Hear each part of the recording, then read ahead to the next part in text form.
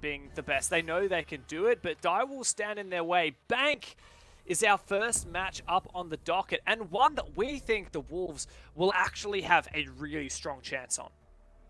Definitely, this is their shot. It's a very similar story to Talon, honestly. Like, I feel like if Talon had won Villa, then I really feel like Talon would have had a much bigger opportunity in that series in general. I feel like it's the same here with Direwolves. They need to be getting the dub here on Bank. It's definitely a map that is much more in their favor. It is their map pick. So getting map 1 victory really gives them that shot at closing out the series. Hibana banned to rip it off here on Bank. The newest map to join the competitive pool, but has had a decent amount of playtime now, especially recently from these teams. In fact, Invictus lost it in the open qualifiers when they were eliminated from that tournament. Now that Hibana is such a strong operator for opening hatches on this map, and with her off the board, it's really going to restrict the number of hatches teams can get. Maybe we'll see a lot more secondary hard breach charges to try and pop those hatches. Definitely could. You know, secondary hard breach charges have certainly started to come more into play now, particularly for, you know, hatch work.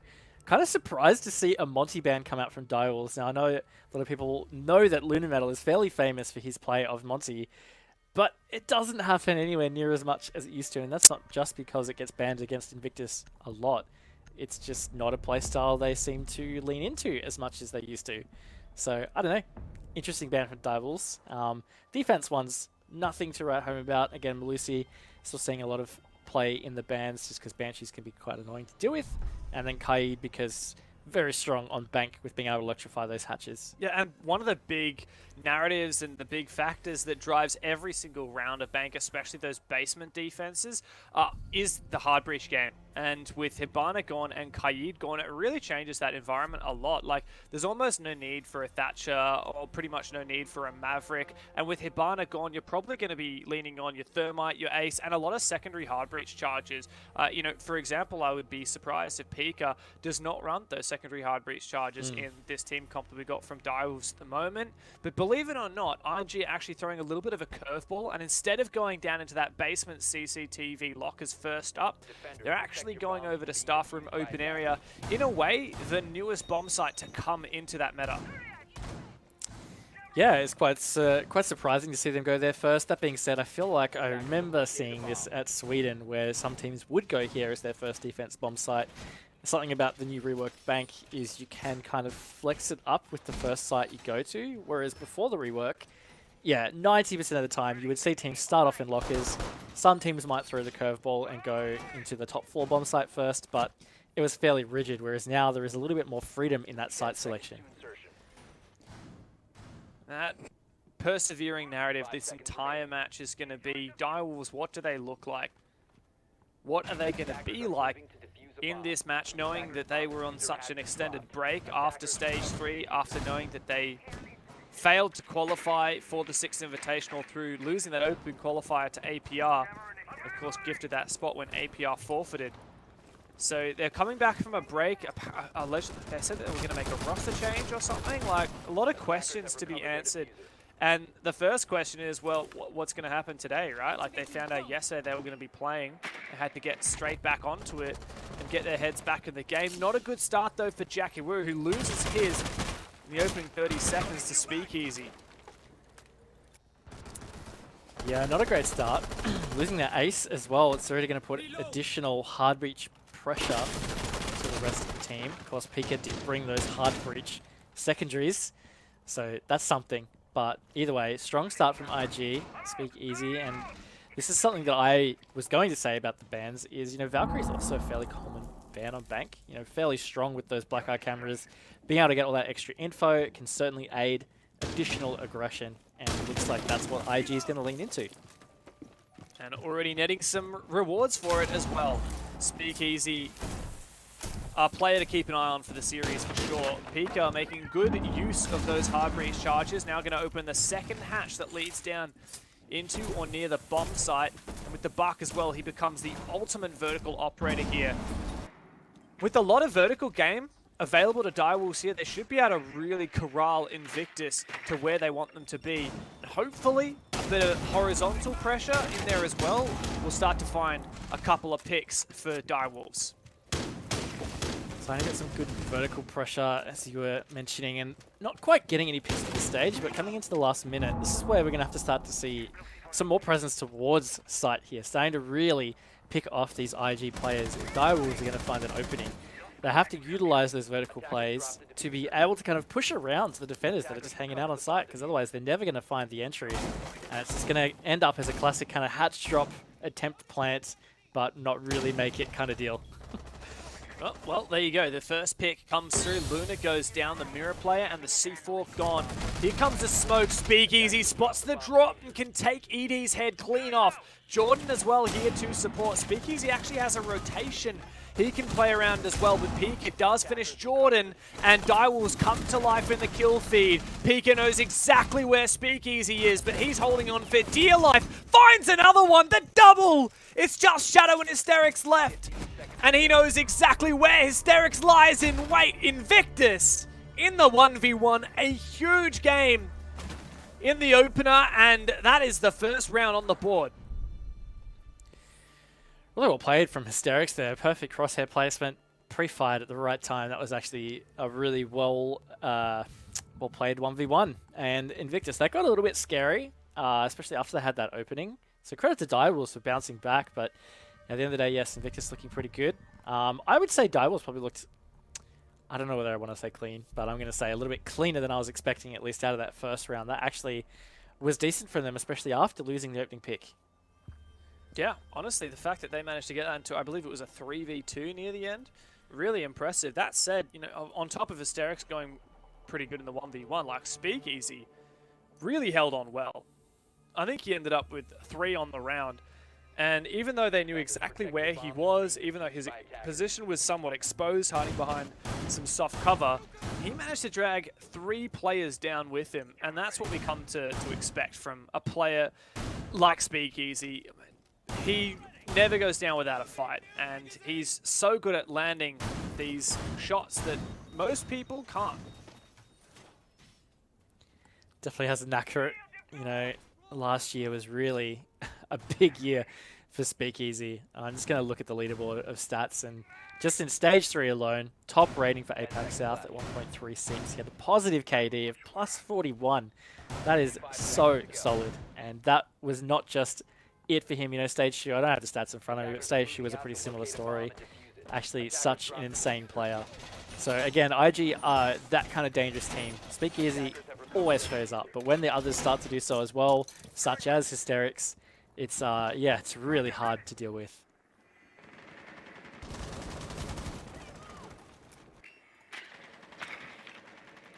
Direwolves was looking to go for a map clear here on this basement defense. Invictus don't seem to be presenting much, if any, of a roam whatsoever. And that does leave it open for the taking for Direwolves, but just because there's no one roaming doesn't mean Direwolves can chill out. They won't know how many Invictus players are on this roam or whether all 5 are on site, so they have to do their due diligence and clear the entire map as efficiently and as quickly as possible. And that is going to take quite a bit of time as well. And certainly the trap with the attack of this site is if you're not efficient, you're going to find yourself with not enough time towards the tail end, and especially depending where you end up trying to go for your plant. For example, if you go for that kind of server CC kind of plant style, there's still a bit of baiting you have to do before you can really comfortably stick that plant. So again, if you don't give yourself enough time to do that part of the push, it gets really chaotic and it can be very difficult to try and lock that plant down. Especially considering how much Invictus have in their arsenal to deny and delay that plant at the end, right? You got 3 gas canisters from Luna, you got the 2 yokai drones from Speakeasy, which can each deny the plant, plus you got Jordan's C4.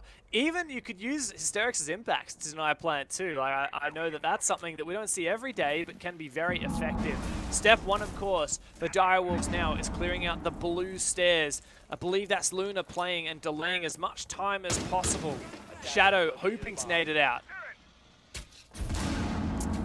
Still having really big difficulties here though. Hysterics doing a great job with the one my discs, but ED, he's going to push in and shut Luna down now. That is IG giving themselves a man advantage, but they've only got 50 seconds here, going straight to opening that CC wall to get themselves set for a plant position. Diffuser isn't over there though, so they're going to have to either bait without it or really start to rush this through. And look, 40 seconds is a lot of time. But for this attack, it's actually kind of not. Like, this is really starting to get tight. The good news is, though, Luna is off the board, so there's not smoke canisters for them to deal with. C4 from Jordan, prepped and thrown, but baited successfully. Pika goes low on HP, and trying to force this plant down can be vulnerable to those impacts. Both grenades now finally gone down, but the Flores of Souffle goes deep. Shadow to force this plant down. Pika has to cover.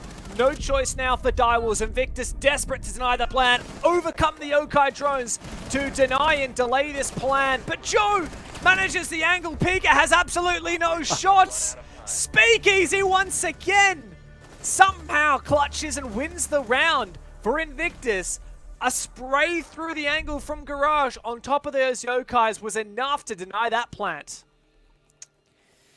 That was pretty chaotic, but again, it really does highlight the need for you to kind of progress through the early phase of that attack to give yourself as much time as possible to handle all those scenarios at the end. I mean, Direwolves, they're trying to do a great job, work through that. They didn't have to deal with the smoke babes. They baited out the C4.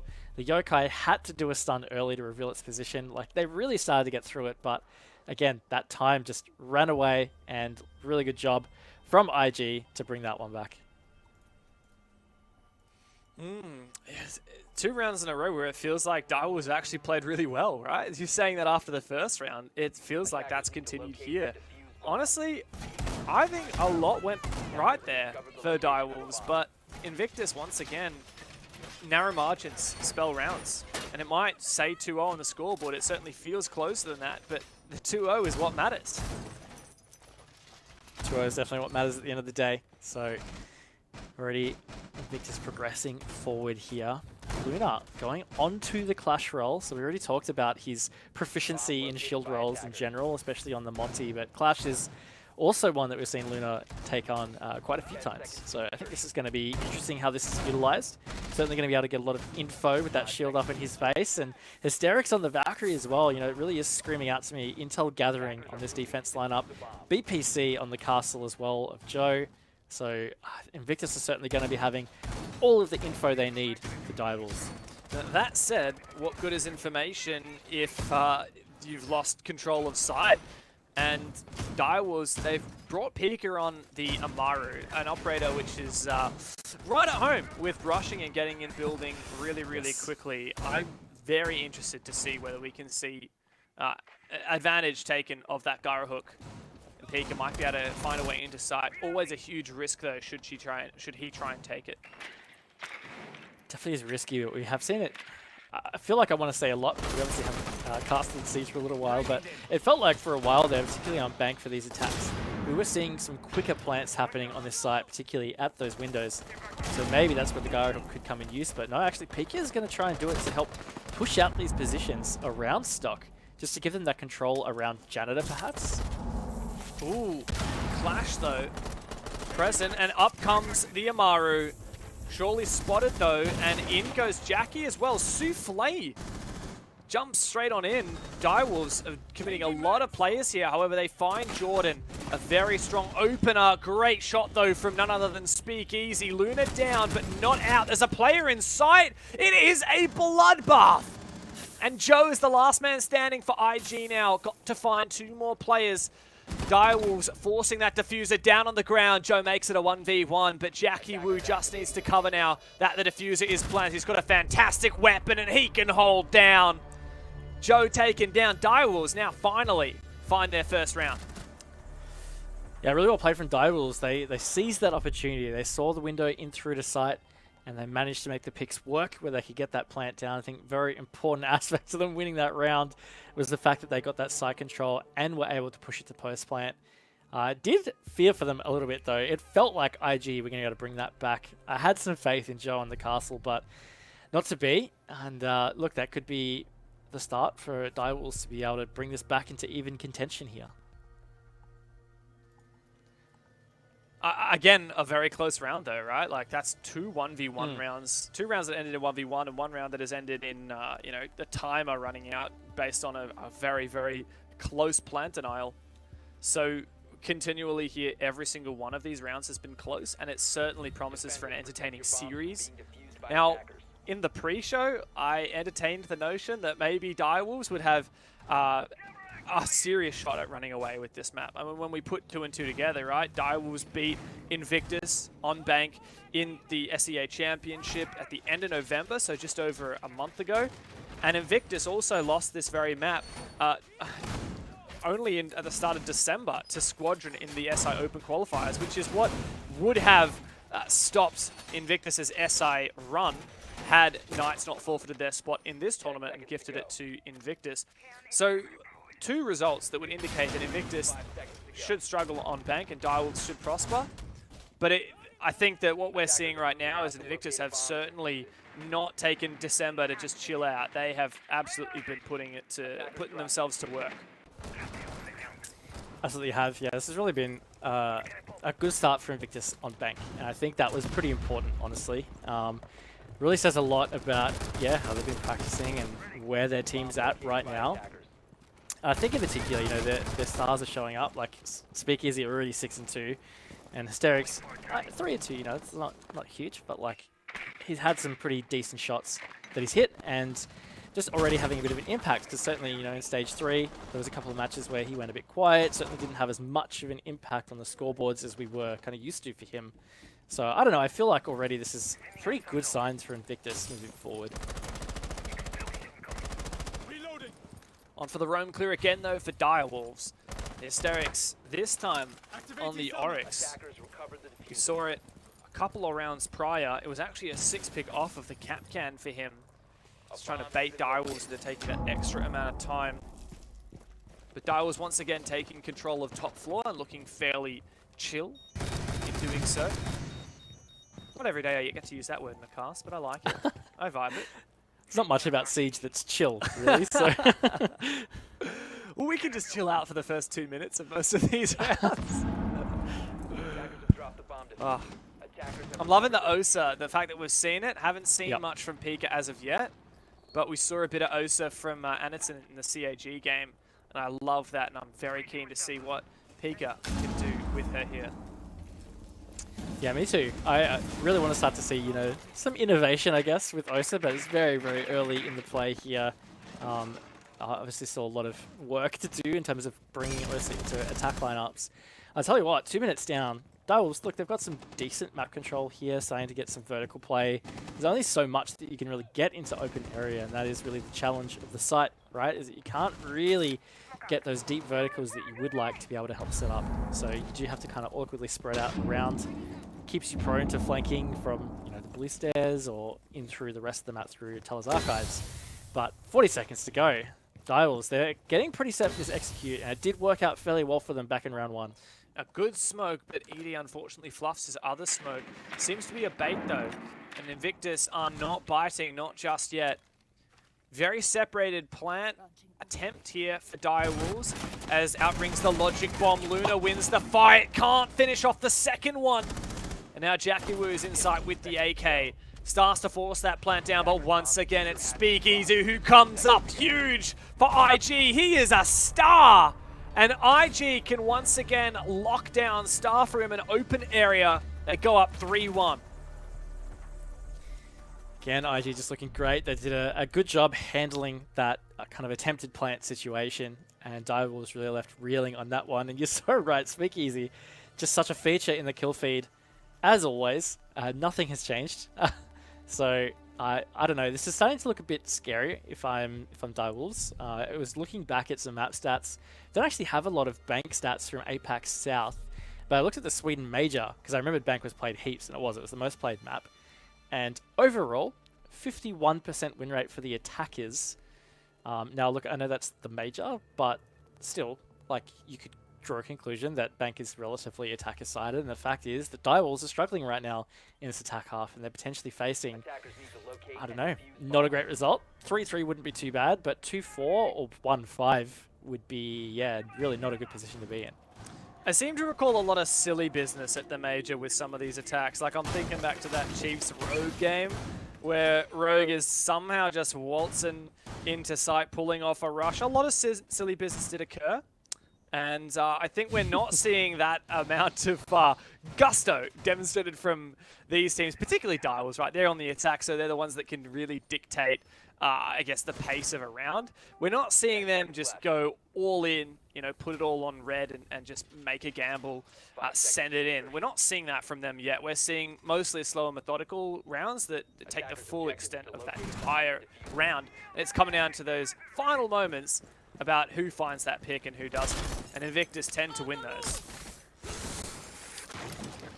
Yep, good point. And really curious to see how Direwolves kind of adapt their attacks here to deal with this Lockers defense. Now, this is already quite the adaptation. Oh, I love that! And just takes Luna out. First 20 seconds. That is such a critical position to have taken so fast. Oh, unfortunately for Pika, the trade comes through. Right when I say we haven't seen very much silly business, Pika says, "Excuse me." Shadow could revive. Oh no, he can't. The finger boost is currently, unfortunately, regenerating. But should that finger boost be back up again, he could revive Pika.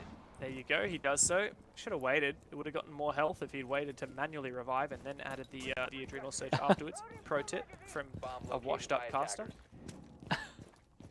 Washed implies that you had something in the first place. Oi, oi, oi, oi, oi, oi. Sorry that I wasn't a pro player. My bad. Yeah, I barely was anyway. It's all good. But no, this is definitely a far better attack here from Direwolves. They are getting themselves a lot of control. They have so much time. This is already almost an entire minute more than what we were seeing in the previous attempt. So look at that. It gets hectic. Oh! Speaking of funny business, no way! How does Hysterics win that? That is certainly something. Jordan's position now completely exposed. That means Hysterics is very much cut off from the rest of his team. Jordan's actually so keen to commit to this peak, and well, he's going to lose his head for it. Jackie Woo's not going to tolerate any of that, and now also really aware of the flank as well. Unfortunately, we switched off it at the perfect time to miss Speakeasy's engagement. But, I mean, it just looks like IG have been read like a book here, and bar any insane plays from Speakeasy and Hysterics, this should be it. It really should be, but I tell you what, Hysterics and Speakeasy, the two players alive, I wouldn't put it past them. There's a trade coming out, but 3 versus 1, no way. Direwolves, they closed that one out, and that was a far better attack on the Locker site. Yeah, far better, but also far funnier, if I may say so myself. Sure. Very entertaining, I gotta say. Direwolves know how to entertain. That rush was so nice. I love that. Getting in really early with the Amaru while that smoke is still setting up. I think a lot of people watching be like, what is Luna doing? Not playing his shield. I mean, Smoke's got a lot of work to be done. You know, one of the main shotgun operators on your roster. Poor guy is probably just coming back from making his rotate hole on site for his teammates. And then he says, there's an Amaru on my stairs. Yeah, definitely would have been a bit of a surprise there for Luna. But the thing that's interesting is they've gone back to Lockers now, and I think they've probably identified that was it for them, right? Like, if that Amaru didn't get the blue position so quickly, they probably could have held onto that. So they've just gone back to it. They're probably going to be ready a little bit earlier. In fact, Direwolves haven't even brought the Amaru again. So it's not really possible to get such a quick rush this time around. I'm really curious to see what Direwolves do to adapt to this. Because, yeah, you can win attacks where you do... hate using the word cheesy, but like cheesy things like that, sometimes they work, sure, but like what are you going to do now? Like you can't do the same thing again. A, they don't have the operator, but B, like surely IG are ready for something like that, right? Look, variety is not only the spice of life, but also the key to success in Rainbow. We have a hell of a lot of operators. You may as well use the full arsenal. There's also all kinds of ways you could attack or defend every single bomb site, right? Like, there is no textbook on this is the way you must do this bomb site, this is the way you must attack. And so Direwolves showing their hand of Amaru in one round, and next round going for a full map clear. All power to them. I think that's a great idea, and I think that keep varying it, it'll make it much more difficult to read. Because so far it seems like Direwolves have actually had a really good read on IG. Does feel like that, and you would think so they should, right? Like they play in the same league. I'm sure again, you know, probably scrim fairly regularly. It's always hard to assume which teams teams will scrim. But at the end of the day, they're in the same region. Southeast Asian teams, like why not? So you would think that they should be fairly used to each other's playstyles at this point. So that I think that was always the danger in general when you think about Dials going into this. Sure, they haven't been able to specifically prep for the event, but at the end of the day, like they know IG fairly well, so they can feel comfortable trying to kind of wing this one. Absolutely. It looks like the map is clear here for Direwolves, that drone work coming in handy. Now, with the Hibana banned, Direwolves really have to be quite frugal with their hard breach utility. We can see 2 Ace Selma's gone out on that Vault hatch. And that kind of telegraphs the push already, doesn't it? Now that Pika is also going to use his secondary hard breach charge, I think that Invictus should have a pretty clear idea that this is going to have to be a back push for DW. And certainly started to be something that we've seen a lot more with attacks on bank. And oh, here we go. They're going to drop down the vault. I really like this because what often happens is teams will open the hatches and get ready, but they kind of stall out. And obviously, the longer you wait on attack, the easier it is for a defense to read into it. Now, what can Direwolves build from this point, though? Pika has aggressed very deep in towards the gold vault. And this could be huge. If Pika gets a double here in particular, oh, no. I think this could be the opening Direwolves need. But they did see him, and now Pika is in a very precarious position. But, oh no, there's not enough cover! He finds the first Hysterics to trade on back. And IG have held down.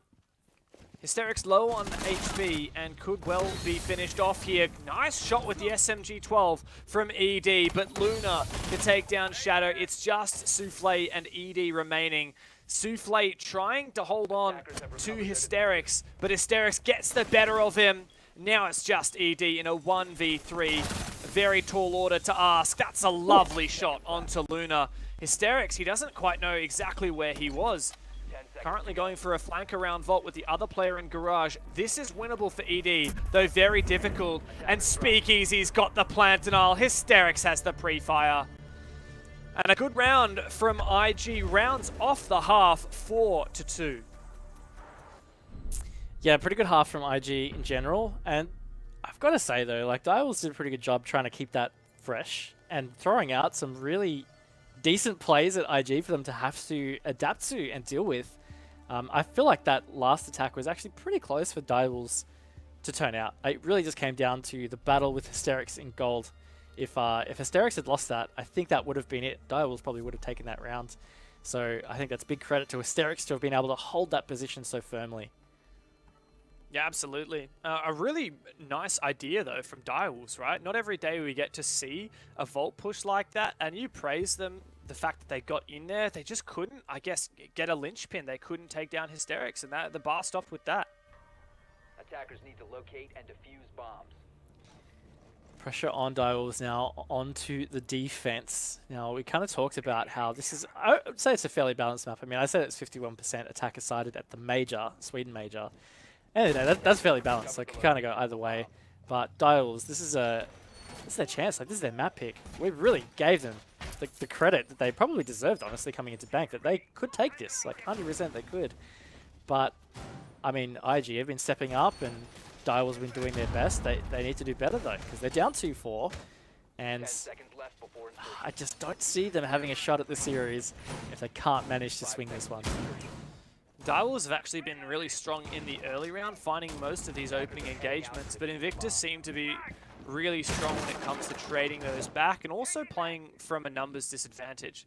Now IG are on the attack, and this will really test their team chemistry to make sure that, well, not just their team chemistry, honestly, but how prepared they really are to go through the motions on these attacks, these clears, these mid-round calls and adaptations. That's what IG have got to really step up with at the moment. And Direwolves, in a way, have an opportunity to kind of chill out a little bit more now on the defense, knowing that they don't have to make the first move. Definitely true. I'm just looking at the attack lineup from IG. Pretty straightforward. I mean, we talked a lot about how it's just going to be leaning on a single hard breacher and then the rest for secondaries, especially for attacking blockers. It's generally what IG have gone for. They've gone for the 0, though, with the secondaries, which is pretty interesting. I think it's so they could bring the stuns on the buck. So I don't know. I kind of like that. I'm really curious to see how they utilize the Zero otherwise. Certainly haven't seen much experimentation coming out of Zero's usage. Yeah, and you'd think that, having 4 of those cameras, those Argus cameras, or SAM cams, as we lovingly call them, would be quite powerful, but a lot of people don't prefer using that. People use it, but here we go. We're seeing one of them, quite a few for info, but it's clearly not enough because, I mean, sit on cams, Jordan. When he got on that camera, it was a 5v5, and now it is a 1v5. Oh my god, Jordan. He just got deleted. Nice, good on you, Direwolves, good stuff. I mean, I feel like I would say IG just got deleted. That round just changed within 20 seconds. I don't know. IG kind of caught sleeping. It looked like a player just flanked up the main stairs. I mean, he probably won a gunfight and progressed up, but either way, that was some serious aggression in the mid-round there from Direwolves. And again, this is the thing that you can come to expect, right? They're kind of playing nothing to lose. They're back. I wouldn't even say their back's against the wall. Like, they just haven't had much of a chance to prep, right? So again, I think they've probably just, within their camp, gone, hey, let's just have some fun. We'll try and do what we do, but like, whatever happens, happens. And that was kind of evidence of that. Yeah, absolutely. I mean, you look at Direwolves bringing Mute, Valk, Castle, Mirror, and Vigil as like, okay, we're going to roam. We're going to have info to do it, but we're also going to have enough presence on site so you can't just rush us. And Invictus are like, okay, look, we got our Argus cameras, we got Zero, we've got all this flank watch. Oh, we're all dead. They brought what they thought was the adequate counter, and they just were not ready. And Direwolves made them look a little bit silly. That said, it's going to be much more difficult to embrace a playstyle like that now that Direwolves are defending CEO and Exec Lounge. A site that is quite difficult to roam on, right? Because most teams can kind of just attack directly without having to take a lot of map control.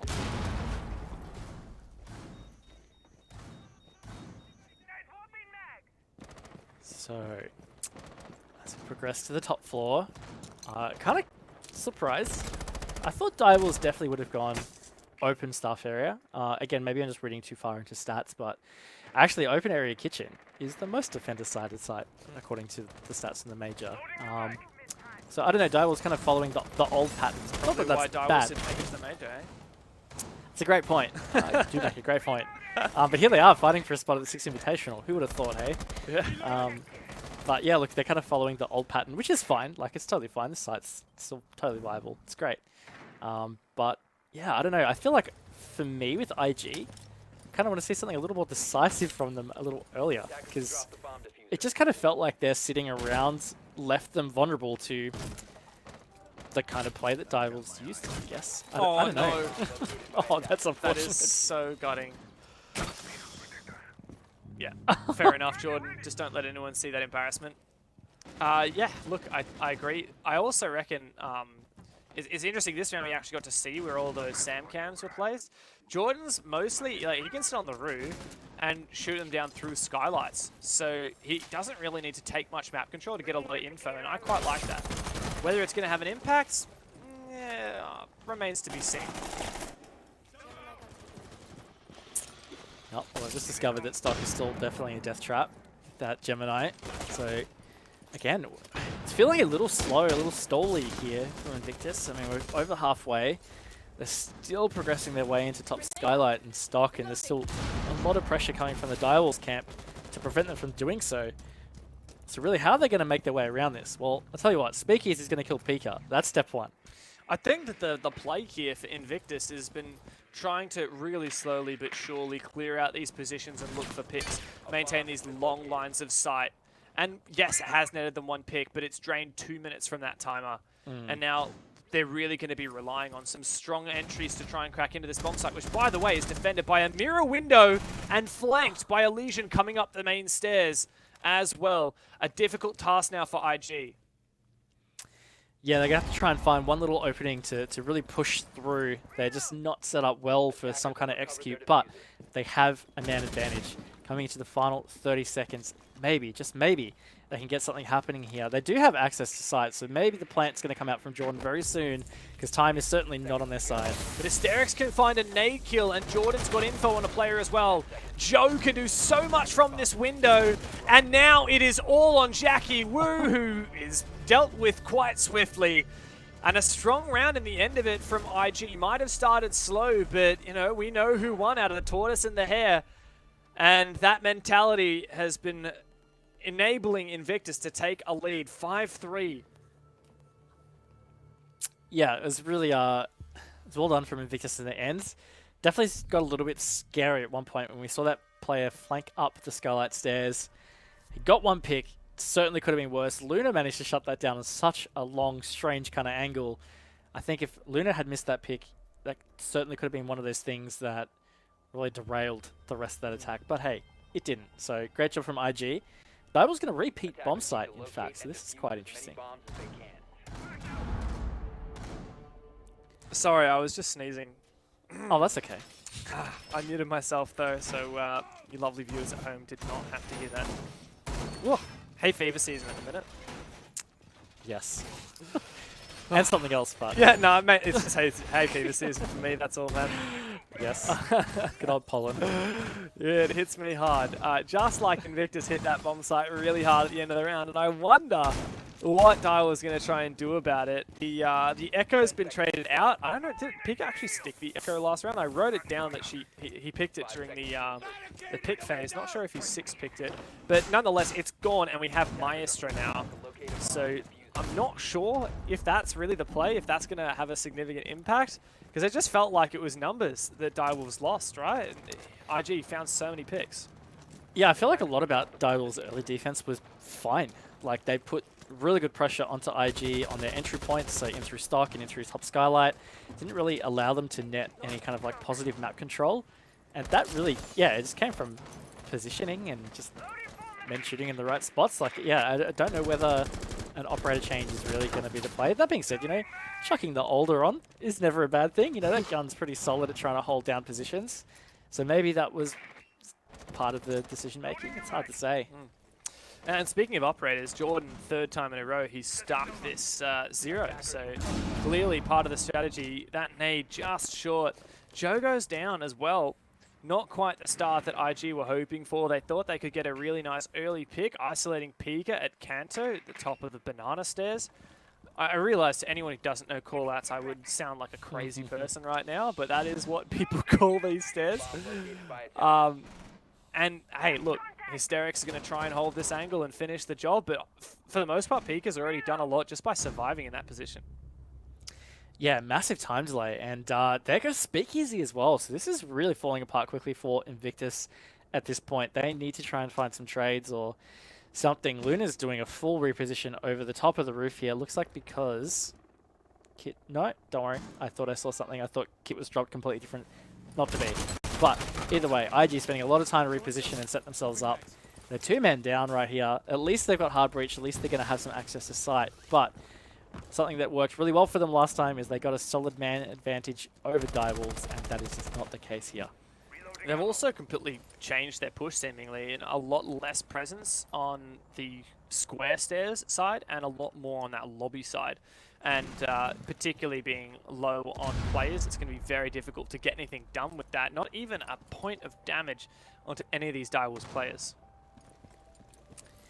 Yeah, that's such a great point. Yeah, Dial was completely untouched here. Coming into the last 45 seconds, they're all just holding their lines. There's a couple of players still fairly elusive. Luna just saw the tail end of a player hanging out in archives. Looks like that's Shadow based on the outline. I think that's Legion.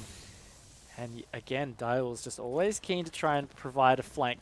But it's 1 player on window, 1 player on roof. 25 seconds to go. This Invictus attack is not looking good. Mate, there's 20 seconds, Luna. Get off the roof. You need to go, mate. Otherwise, you're going to lose the round. Now Shadow can freely flank and surely find one. Taken down, but does that really matter? 3 on 3. But at this point, 5 seconds left on the round. Jordan going for the desperation play, and it ain't happening. A huge round from Jackie with the FMG, and Direwolves clawing this back, almost even now on the round count, 4-5. They're definitely keeping it close, and that's always going to be scary for Invictus. You know, they've had a couple of rounds where they just look so strong. But then there's rounds like that, you know, they lose a pick or two early, and it just looks like they've got no shot of getting back into it. So, I think that's a really difficult thing to overcome, right? When, like, it feels like your win condition is so contingent on your entry stat. I mean, I don't want to boil it down too simplistically, but that's what it feels like. You know, when it falls apart from IG in that first minute, that's kind of it. They're not really bringing those rounds back. Which is funny because they were able to do that when they were on their defense. In fact, there were 2 rounds where Direwolves found the opening pick and yet Invictus won that round anyway. Whether that's by trading it back or just by playing on a different advantage rather than their man count. Whereas it seems that when Invictus are on their attack, as soon as they leave a player, as soon as Speakeasy doesn't get 2 or 3 kills, they don't really know what to do. Probably a little bit of a bit unfair for me to say that, a bit oversimplified, but it just seems like they lack a little bit of direction sometimes and a little bit of just grit, you know? Sometimes you just got to go for it. And that's what Dials are great at. And, you know, if you take a risk, you take a chance, and you lose, sometimes you might look a bit silly, but you have to be prepared to look a little bit silly sometimes. You got to risk it for the biscuit. You do. And, look, loving this Tachanka pick. I tell you what, Jackie Wu on the Tachanka is, it's cool because it actually makes so much sense for this site. You know, a lot of time delay comes out of Tachanka's, oh my gosh, I've actually forgotten what the ability's called. Shamika. Fire nades thing. That's it, Shamika launcher. Yeah, they can really burn time. Beautiful pun there. But especially that Locker's default plant, like, oh man. Like, I can't remember how much time in total. I think it's like 30 to 45 seconds or something. Absolutely crazy. Yeah, I love to check it. Did you just beautiful pun your own joke? Did I? Yeah, you did. You were like, burn time. Ha, beautiful pun. Oh, I did. Yeah, look. It's all right, man. I don't know. I would have laughed, but now that you did at yourself, I don't know. I just feel uncomfortable. Okay. Well, look, I'm sorry, Dev. I'm sorry. No, look, I can't be keep perfect. trying to be funny. You'll get it one day. I like it. I'm definitely not funny. Oh, we do have fun here sometimes. IG on this attack, and like you said, a lot of Plantain Island and time burn. At the end of this round, Direwolves do have, you got Smoke, you got Tachanka, you got the Echo, hell, you've even got C4 from Pulse. So it's really going to be on IG to make sure they have adequate time to bait out that plant in it. Absolutely. And that's where I'm starting to get a little worried, because down to this last 90 seconds, I mean, they're really not pushing that side. They're starting to set up for this lobby push. And even then, like, they're starting to get a little lower on time. Speakeasy looks like he's going to try and maybe do a counter push on the blue side. So that could help. But this is where it starts to get tricky. Final minute, either push here. It requires just that little bit of extra time. Now, just notice Direwolves have cheesed up that default wall as opposed to reinforce. So that's interesting. But Joe's going to come over, and I mean, that's only a problem when you don't have a buck or sledge or someone to get rid of the soft bit of the wall. When you're relying on that hard breach. Fortunately, IG have a bit of redundancy here, a bit of a spare soft breach. Still makes it so awkward to play around. 40 seconds left, and here comes the bait and switch game. And as we were talking about, that's going to be a lot of baiting. So they actually haven't gone for that lobby push at all. They're going for this default. And oh my word, there is a lot of utility, but it's missing. Oh, the Echo comes in clutch. That could have been such a big oversight. How much utility do you want to throw at them, Direwolves? How much? When will it stop? The gas? The fire? The yokais? When does it end? Direwolves are firmly in control. Joe really feeling that pressure. And it's just him left. 1v3 obliterated. Oh my lord, Direwolves. That was beautiful. That was. And look, again, it was just that product of...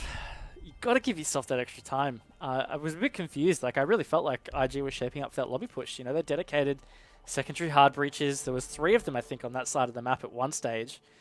And then they just went back to default. I would say it's probably because they saw the walls were soft, right? Like, they called Joe over, bucked it out, and they're like, all right, let's go for the bait now. But it was too late.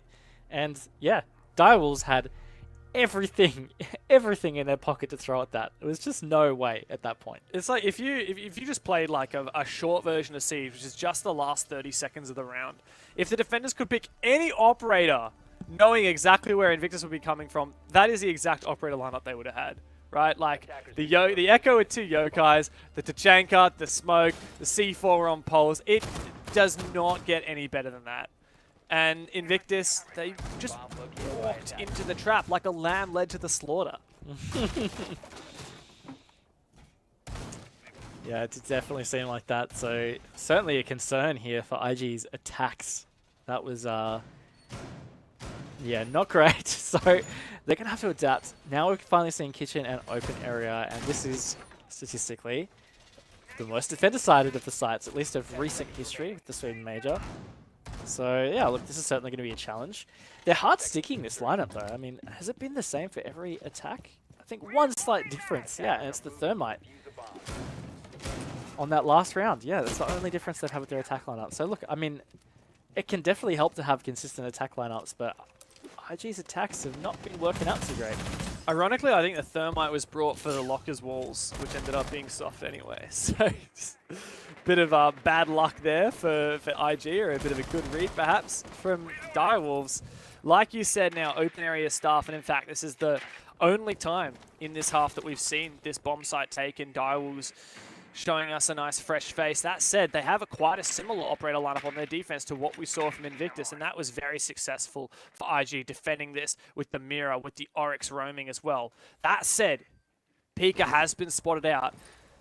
His drone from Speakeasy taken down now, but Joe is hunting and does find him. That's a good opener for Invictus. So needed as well. Like, they really just needed to be winning that opening engagement nice and early, give themselves some comfort, man advantage. But no, Souffle, he's pushed up and he is traded back. And unfortunately, that was a very short-lived little advantage that IG had for themselves. We're seeing a lot of really good trades coming out from Daiwa. It's the second round in a row where they've traded that. I don't know where that was, Jordan, but nice shot. And really, Direwolves are starting to feel that pressure up on the man advantage. Now, Hysterics may well get taken advantage of. Souffle has found himself in a very aggressive position. How long is he going to stay there for? He does find Jordan, but quickly traded back. It's just Jackie Wu. IG likely to find match point within a matter of seconds. It's just a factor of time, and Hysterics is there watching. Jackie Wu goes down. Invictus get the game back on their terms. They go on to match point. Love that for them. That was very clean and very swift. You know, very different style of attack to the previous one. And it's kind of the nature of the different sites, but I really like that Invictus, it was all business on that one. They just got in. They knew that they could shut down Pika from the get-go. He was on that top floor with the Oryx. They pinched him, got that pick. Sure, there was a trade that came out, but they just continued to put that pressure on Direwolves, and it was, yeah, fantastic played. Direwolves are actually going to go back to this site, feel like they can change it up a bit. And yeah, their operator lineup's a little bit different, so they'll probably give it a bit of a philosophy change as well. Maybe not play it as roam heavy or as aggressive as they did. But regardless, Invictus, they're a match point. Attackers need to locate This is and certainly for Invictus, they're impressing me. Coming into this game, I thought, look, Direwolves have a really strong shot, and particularly being Bank, you know, being Invictus's, in theory, weaker map, like they were eliminated from the open calls, Direwolves beat them in the SEA champs. So for Invictus to be leading for the majority of this game and now taking match point is impressive, and it's a really good sign for them, especially because, like, for us, the factor, like the variable for this game was, is Direwolves going to be kind of washed because they've been on break for a month, like, and they didn't realize they'll be playing this until yesterday. That was our theory, right? Maybe that would happen, or maybe it wouldn't. In my opinion, Direwolves are playing really well, and Invictus are playing slightly better. I would generally concur with that. I definitely don't feel like, you know... Oh, Itty tagged a little bit there. Oh, no. I don't feel like, you know, IG... what's the right way to say this? Like, underperforming. Like, I just think Direwolves are playing really well. You basically said it perfectly. Direwolves are actually playing quite well, and IG are just also playing a bit better. The one thing that really worries me, and this is the biggest difference if you start to look at the scoreboard, Direwolves' scoreboard is so much more even. You look at IG's, oh my word, 26 kills between Speakeasy and Hysterics. And then it's only 13 with the rest of the team. Like more than, it's like 60%, I can't be bothered doing the rest of the math. It's like 60% of the kills have all come from 2 players. It's far more spread out from Direwolves. I mean, that's, I don't know, that may not count for a whole lot, but I feel like, going back to something I talked about with Cyclops, if you want to talk about sustainability in terms of like teams and lineups and that kind of jazz, it's not sustainable when you have to rely on 1 or 2 players to pop up. Yeah, and players go in and out of form, don't they? Joe does find an entry onto Pika. That's the second round in a row he's been stepping up. Really good frags from him. And yeah, like to add to your point, right? Like, I think without IG having a multi-kill from either Hysterics or Speakeasy every, 2 or 3 rounds, they would not be anywhere near the team they are right now. And that's not to take anything away from the rest of the team, and of course the fact that the rest of the team are supporting these 2 players, but it just feels like sometimes Hysterics and Speakeasy get some kills that they probably should in most scenarios. And without that, Invictus are a lot of a weaker team. Yeah, and look, it was definitely the case in the first half. There was a couple of defenses where it looked like Direwolves were going to get some good plants, and then Speakeasy would get a double, and it shifted. And speaking of shifted, with Joe off the board, 4v3 Oh no. still looks losable for IG. There's a couple of trades here, 2v3 now. Jackie Wu and ED, it's on their shoulders here, Dev. In the final minute of this round, they need to dig deep and get this clutch. Otherwise, that's going to be map 1 in the books. A lot of IG players have gone down without too much of a fight as well, but fortunately they've crawled back this man advantage. Speakeasy now has got so much info he can gather using this Gemini from Yana. Running the EG, Evil Genius's charm, that's a throwback.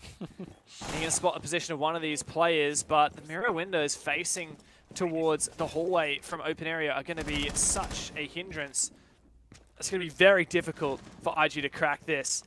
As they start to press on forward, it's going to come down to some good entries, but ED with the 1.5, he's got that kill. Luna and Speakeasy on the match point have got to come up huge. Smacking the mirror window, Luna has to make this work with the AK, but rounding this corner, ED is waiting patiently on the other side and surely ready to spray them both down. It was a 1v2, but he makes it good. ED, a huge play to send Direwolves into overtime. Oh yeah, that was, look, credit to Direwolves. They stuck with IG throughout that round. There was a couple of instances where it felt like IG were just about to give themselves the advantage needed to close it. But some really good trades kept Direwolves in that and allowed ED to be in that position to make the play. But conversely, I tell you what, Dev, I really felt like IG were about to close that out, and then it just felt like that last kind of 20, 25 seconds just wasn't enough movement from IG. Like, they were really, I don't know, it seems like they were a little bit unsure about where they really wanted to finalize that push, and then it was a little bit disjointed, right? Like, they had that one player try to kind of push in solo, can't quite remember who it was, and then Luna had to jump down, recover kit. Like, it really just burned a lot of time, and yeah, unfortunately, it's led to them being on overtime. And you know what that means is that in this overtime, Dire will start on that defense, Invictus on the attack. Now, to my knowledge, did Direwolves get to choose that? I have to check with League Ops which team gets to choose the attack in overtime. I'm pretty sure it's the team that picks the map. The other team picks the starting side in regulation time, and then the team that picks that map, in this case Direwolves, chooses the starting side in OT. So Direwolves should, I believe, be able to pick defense here, which is statistically across the 12 rounds we've had so far, the favored side at 8 rounds compared to just 4-1 by the attack. So pushing to overtime here actually flips the advantage back into Direwolves' corner. Yeah, I'm pretty sure you're right in terms of who chooses what. So yeah, I think this is going to be an interesting little OT. That being said, it did feel like there was a couple of attacks in particular from Direwolves, Invictus, where I felt like they really should have held on. That last one in particular was one of them. So I think IG could swing this, even though it should in theory favor the defenders. But I don't know. This could be tough. Like, this could be Direwolves fighting this back and securing map 1, which we expected. But it didn't feel like it was going to be like this at one point. Yeah, absolutely. Going back to the basement downstairs, we recall very fondly this round, don't we? The Tachanka Smo Echo combo was flawless. That said, if IG are a little bit more on the ball, I mean, surely they won't fall into the same trap twice. Surely they're thinking to themselves, all right, if it looks like they're doing a full 5 players totaling anchoring on site strategy, let's not waste too much time on this roam. Let's make sure it's a really speedy roam clear so that we can set up tons of time to waste utility. Maybe send a player to push Garage in the late round to contest Souffle, who plays there with the Echo. If Invictus can do that, they would have a really solid shot at beating Direwolves on this round. And in fact, Speakeasy's on the nook. He's going to go Garage early and not be visible to cameras. This could be huge. He's actually in, and he's going to get the Oh jump my onto God. Jackie Wu. That's the Tachanka as well. That is actually such a big pick. You can see 2 IG players have funneled towards him. This could be absolutely huge, all from Speakeasy. And they're just hunting him down. They're pushing for him. The Yokai's there as well. The nades thrown blind, but he finds a second. He is worth his weight in gold, this man. And now, in overtime, when Invictus should have been on the back foot on their attack, they have been given a lifeline by Speakeasy, but Souffle's evened it up. And it looks like IG might have gotten a little bit too excited now. Direwolves, in theory, have the advantage now. Yeah, I think Jordan was trying to push in through garages as well. I'm not sure that really was the play, but at the end of the day, I tell you what, Speakeasy has done some serious damage. The 2 operators he got was the Smoke and the Tachanka, the biggest time burns on the defender lineup. So that was absolutely huge. Unfortunately, they've lost their Thermite. They don't have secondary hard breach. So they have equally made this just as tough. It's a bit of an interesting round. We're 90 seconds deep though. IG are going to have to refocus. But yeah, that was an explosive start. And some really hard decisions on the hard breach train now. Like you said. I overlooked they had the ace. Well, they have ace, but that still means that, like, how many hatches you need to get to the ace, right? It takes 2 Selmas to break. I think that both Selmas were used on these 2 walls here, which means that hatch on site is not going to be open. Shadow has the long angle. Surely here, Direwolves have the freedom of movement thanks to that hatch being closed, that they should be able to win this round. Hysterics to find another one, but he's so low. Pika still has a C4. He could deny this plant. Souffle as well to get up and close. The plant almost locked in. The C4 shot midair. Now it's a retake scenario for Direwolves, or not, as Joe pulled off at the perfect second. Hysterics has been taken down. It's just onto Joe. Pika tries to spray him. Direwolves! I can't believe it. They still win that round. Despite everything Speakeasy was able to accomplish in Garage, Direwolves, for the first time, have map point. That round was absolutely nuts. I can't believe how that ended up progressing. But at the end of the day, that was insane from Direwolves. Speakeasy almost single-handedly just destroyed that round. Did a great job. They finally fragged him out after they lost to Jordan. I think maybe that was where Invictus really went wrong. Jordan tried to re-push Garage. Souffle took him out, and then they just dug deep, and they held so well against that little server push. And here they are. They're on overtime match point. They could make this attack work, and this could be map 1 going to Direwolves. Very, very scary round to consider. And, I mean, for IG, they have to have not let that weigh on themselves, right? That is just...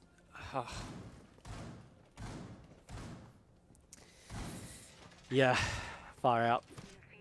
I still can't get over the start of that round. That was nuts. And it reminded me to really look at the scoreboard. Man, Speakeasy and Hysterics, 32 kills between them. That's absolutely insane.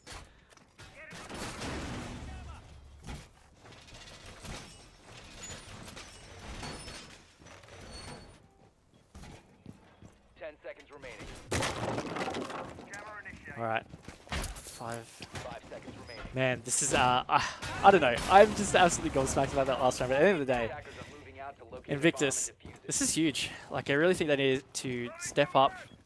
Felt like this match was theirs, right? Like, they were on that match point in, well, it feels like it was ages ago now. But they were on that match point, and it just felt like they were going to win this. Like, even though Direwolves put up a good fight, we said, you know, Invictus felt like they played better. But it's that last round. I'm very worried for them. Yeah, absolutely. And you've got to say, like, for IG, like what kind of a mental toll has that round put on them, especially a play like Speakeasy. Like, he's gone 15 and 9. Hysterix is also crazy on the kills, but he makes a round-winning play at the start of the round. And unfortunately, due to miscommunications and just poor decisions, like, Invictus lets that slide. In the heat of the moment, you can't think about that. You can't let any of that weigh on you, but it's got to, right? Like, to some degree, it's got to be in the back of Speakeasy's mind, the frustration building, maybe other player in the squad's mind. And, well, they've got to hold on now, and Direwolves, if they can break this trend of defense wins and pop through an attack here, it would be huge. And they would go on to map number 2, 1 up in the series. Yeah, so like figuring out where Dial's telegraphing this push. You know, majority of them are just doing the standard basic top down, and that's where they're using 2 thermals in this hatch. Okay, sure, why not? But look, I think this is just going to be a really okay. Sorry, but okay. ED is in the site, everyone, loud and clear. He has dropped, and he's taken 2 with him. 3 on 3 now, but Direwolves bite off a little bit more than they can chew. Speakeasy once again from this goddamn corner in the office. That is his cubicle, ladies and gents. He just sits there, happy as life can be. And up the hatch through Hysterix. Okay, that was an interesting one, mate. But he's now traded back as well. Pika so low on HP. And Speakeasy on the vert. Oh this my man gosh. is just insane. I feel like that whole round kind of gave me a stroke, but I think I've recovered. That was insane.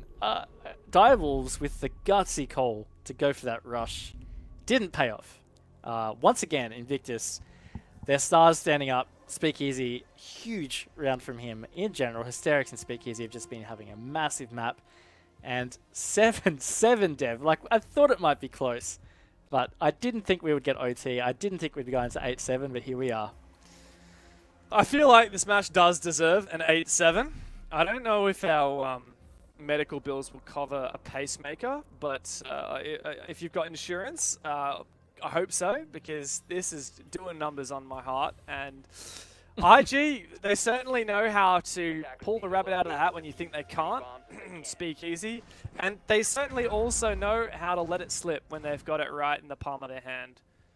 When it comes down to the 15th round of this map, Direwolves no doubt have the advantage here, being this was a defense-sided game.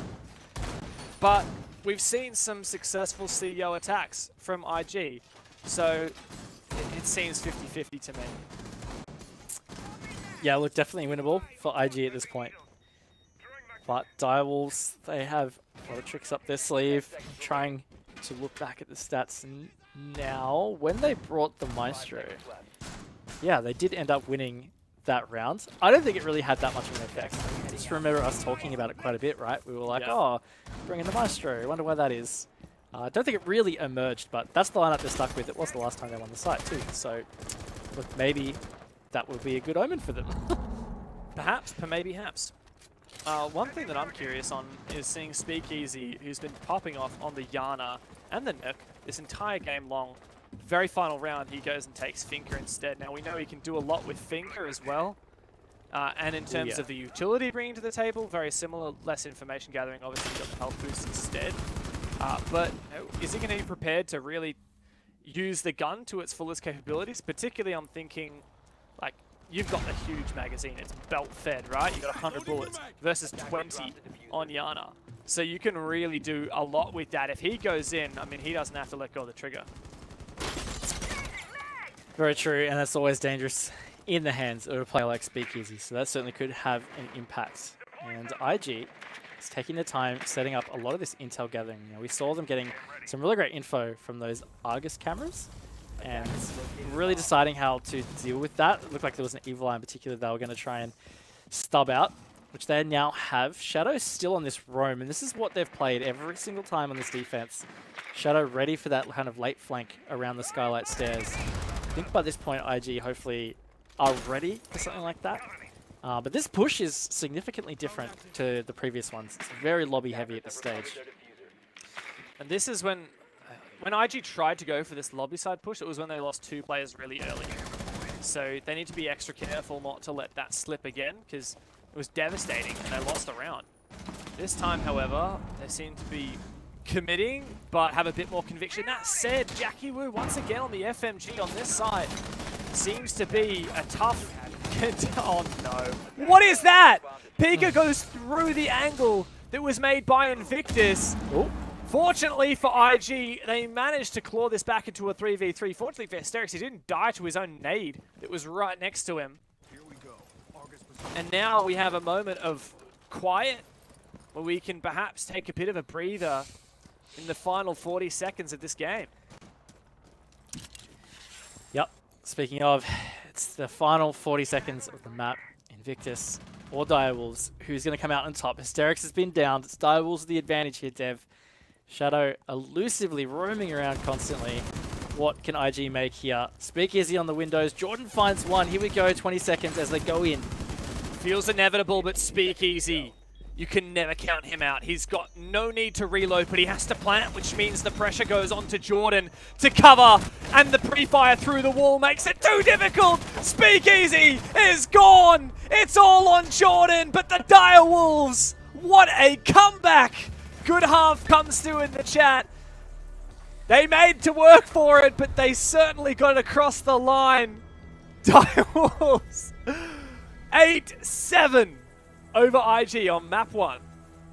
Far out, mate. What a map. That was absolutely insane. The overtime series in particular felt just as long as a whole half to me, honestly. That was nuts. But like that's really good job. Done. Honestly, like that just feels like we're done. But I think there's going to be two more close maps coming up. It probably is, honestly, especially based on how that just went. But look, all credit to Direwolves. I felt like for a lot of that map, IG were just doing enough to be able to win it. It was going to be close, but I felt like IG were doing enough. But really, as it got towards overtime, Direwolves just did a really good job figuring out what they wanted to do to be able to really bring it back. They got to the OT.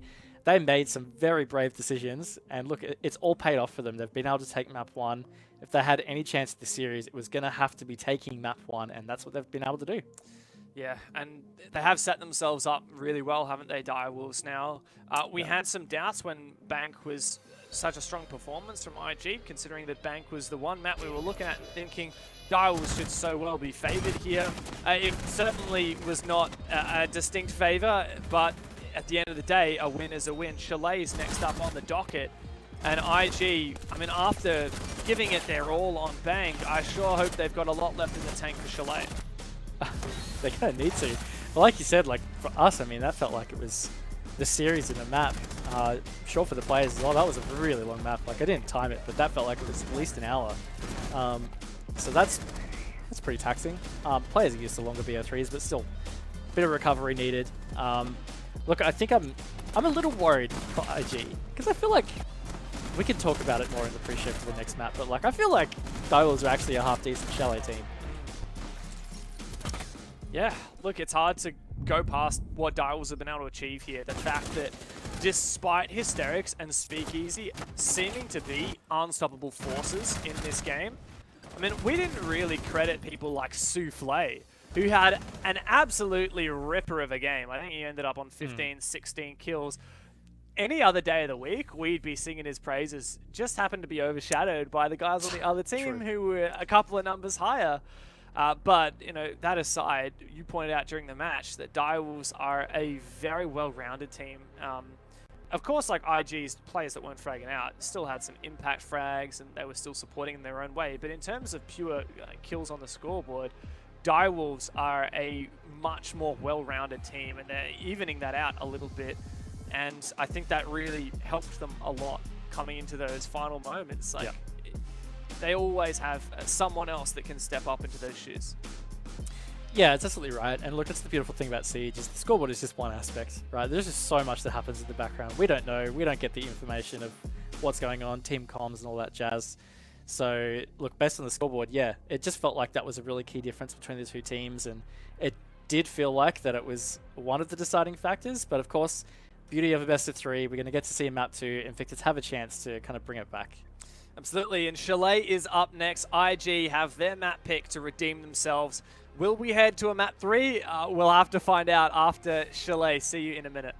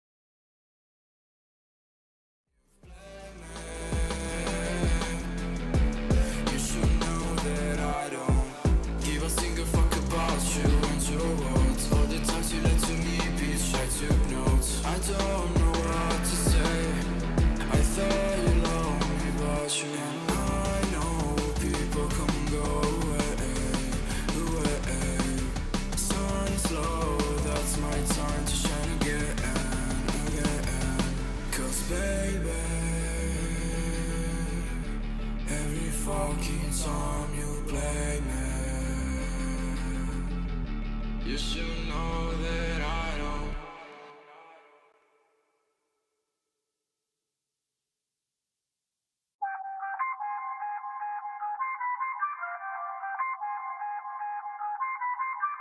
I feel on top of the world, I feel on top of the world right now. I feel on top of the world, I feel on top of the world right now. I always wanted the world, I wanna conquer the world right now. I feel on top of the world, I feel on top of the world right now. I call the shots in the man with the plot and we only go bombs away. Ain't no one protecting my mind as a weapon, that's why I'ma dominate. Taking advantage of every second, now I ain't got time to waste. They all tryna sign my name, they want me to sign my name. Counting your blessing while I count that in my winnings. We take 50s and 100s and throw them up to the ceiling. Everything I envision, now everybody gon' witness. Only difference between us is I ain't stop till I finish. Yeah. I feel on top of the world, I feel on top of the world right now. I feel on top of the world, I feel on top of the world right now. I always wanted the world, I wanna conquer the world right now. I feel on top of the world, I feel on top of the world right now. Savage, you've been distracted, your best my average, there's a reason for that's a fact. So they snapping back, mad at the fact that I don't have a backup plan, I ain't need that. Outworking everybody when I relax, so I ain't tripping about none of y'all feedback. Heard that, wonder when I'm gonna peak at. And that's why you count your blessing while I count that in my winnings. We take 50s and 100s and throw them up to the ceiling. Everything I envision, now everybody gon' witness. Only difference between us is I ain't stop till I finish. Yeah. I feel on top of the world, I feel on top of the world right now. I feel on top of the world, I feel on top of the world right now. I always wanted the world, I wanna conquer the world right now. I feel on top of the world, I feel on top of the world right now. I feel on top of the world, I feel on top of the world right now. I feel on top of the world, I feel on top of the world right now. I always wanted the world, I wanna conquer the world right now. I feel on top of the world, I feel on top of the world right now.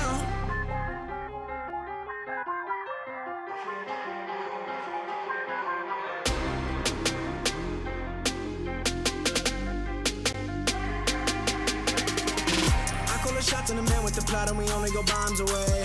Ain't no one protecting my mind as a weapon, that's why I'ma dominate. Taking advantage of every second, now I ain't got time to waste. They all tryna sign my name, they want me to sign my name. Counting your blessing while I count that in my winnings. We take 50s and 100s and throw them up to the ceiling. Everything I envision, now everybody gon' witness. Only difference between us is I ain't stop till I finish. Yeah. I feel on top of the world, I feel on top of the world right now. I feel on top of the world, I feel on top of the world right now. I always wanted the world, I wanna conquer the world right now. I feel on top of the world, I feel on top of the world right now.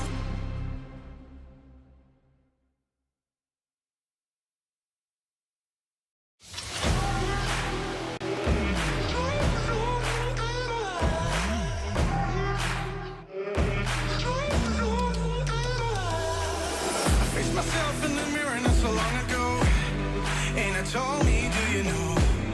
I told me, do you know? All alone in your head, but you don't have to pretend that you will make a change, 'cause you don't wanna change. I'm gonna be real honest this time. I'm okay with it, I am more than fine. I'm gonna roll all less red dice now. Tell me I won't get out.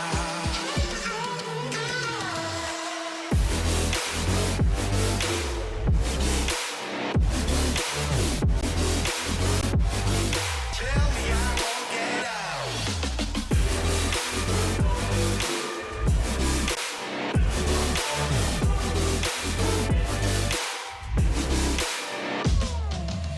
I wanna walk the sky alone among the stars without forgetting who I was, or have to look back that far. And I don't want to.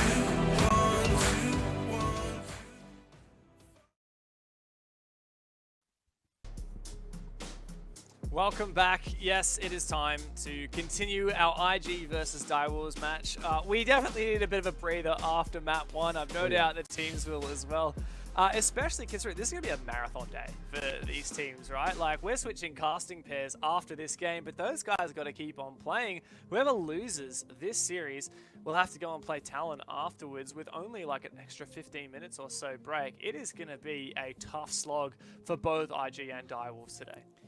Yeah, it is, and that's always the thing with these brackets and the weekends and qualifier tournaments is there's a lot of back-to-back matches, so you know, the whole idea of fatigue and stamina, it's a really big part of it, and that's where I think I'm a bit worried about Direwolves. You know, if they haven't prepped for this tournament, they haven't even been scrimming that much, you know, they might not be stamina ready. It's really hard to say at that point, but at the end of the day, they have managed to get map 1, so that certainly helps. Yeah, and look, moving on to Chalet is our next map up on the chopping block. IG, they've picked it, and they certainly need to bring the fire after what we saw on Bank, which was a fantastic performance from them, but still not enough to get past Direwolves, who funnily enough have had like legit 24 hours of practice for this game, which is insane, the contrast between these two teams. But you know, despite whatever happened, Direwolves won it, which means IG have the pressure on them. Chalet, I don't know, I'm very unconvinced, and I'm even hesitant to go back into the archive and look at previous results, because it's been a month since either of these teams have played. Yeah, you just know as well, like, even though there's been a bit of a break, right, like there's been Christmas, there's been New Year's, of course teams are going to have some time off, but also like a lot of the seasons, or stages really, all ended November-ish, so there could have been some scrimming done then, they could have already started to scrim for just general practice anyway. Things might have changed, things might not have changed. Also, some teams might be about to change things, so they're just like, hey, let's just throw the book out the window, let's just try a bunch of different things, because sometimes that actually can work really well as well. So, I don't know, I feel like there's a lot of really fun aspects to this qualifier tournament this weekend because of just the circumstances. I'm definitely curious about Chalet though. I feel like my gut feeling now is Direwolves. I don't know why. I just feel like Direwolves are about to take it 2-0. What do you think? Well, honestly, I feel that. There's like, it's like a little itch that you just like, you know where it is. You can't quite reach it. You can't quite scratch it, but it's like Direwolves like, I'm coming, I'm going to get you. I'm going to win this. And to think that it might be IG in the lower bracket out of this is just bonkers. And to think, you know, if that happens, well, whichever way this goes, it's, I think, in my opinion, quite likely we'll see a rematch of these teams in the lower final. But we got to dig in. It is Invictus, their last chance to stay in the upper bracket. The winner of this game goes on to play Cyclops. The loser will fight for elimination with Talon just after this. Direwolves seem to have our favor. Yeah, look, I actually, I've just realized what I think it is. I think it's because when I think about Direwolves, Invictus, Chalet, I remember, I think it was the Stage 2 game between these guys. Stage 1, can't quite recall. I just remember Direwolves putting an absolute attacking clinic against Invictus. Pika popped off. Yeah, Pika and Souffle, I think it was, those two, absolutely demolished them. And yeah, Pika, all I can picture is him vaulting through trophy windows, sledge, and just demolishing them in kitchen, and it was just absolutely nuts. Oh, that is exactly my memory as well. I was thinking that exact game.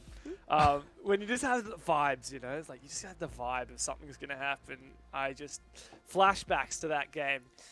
Since then, Invictus have grown exponentially, of course. They peaked in Stage 3, but they still haven't proven that they are a super consistent team. Getting first rounded against, I can't remember, was it Sharper in that in the open quals says enough about that. Can I just point out Direwolves banning the Jaeger? Hello. Spicy. I love a Jaeger ban. Jaeger bans are great. I hope that they double down and do Wumai. Oh, they don't, because that would be really fun. But Invictus Valkyrie ban's good too. Invictus would be way too scared to do that, mate. I tell you what. Look, I love this from Direwolves. They want to play a loose game. Banning the Jaeger, right, makes it way harder to play those fortified positions. So you got to roam a bit more. You got to like play a bit more mobile, a bit more aggressive.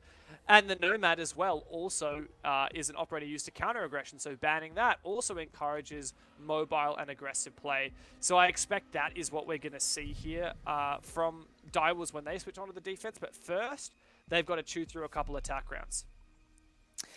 Yeah, and on that note, about the defense lineups, you really do feel like Wumai has got to be a mainstay, right? Like, I feel like we're going to see Wumai in every single defense lineup.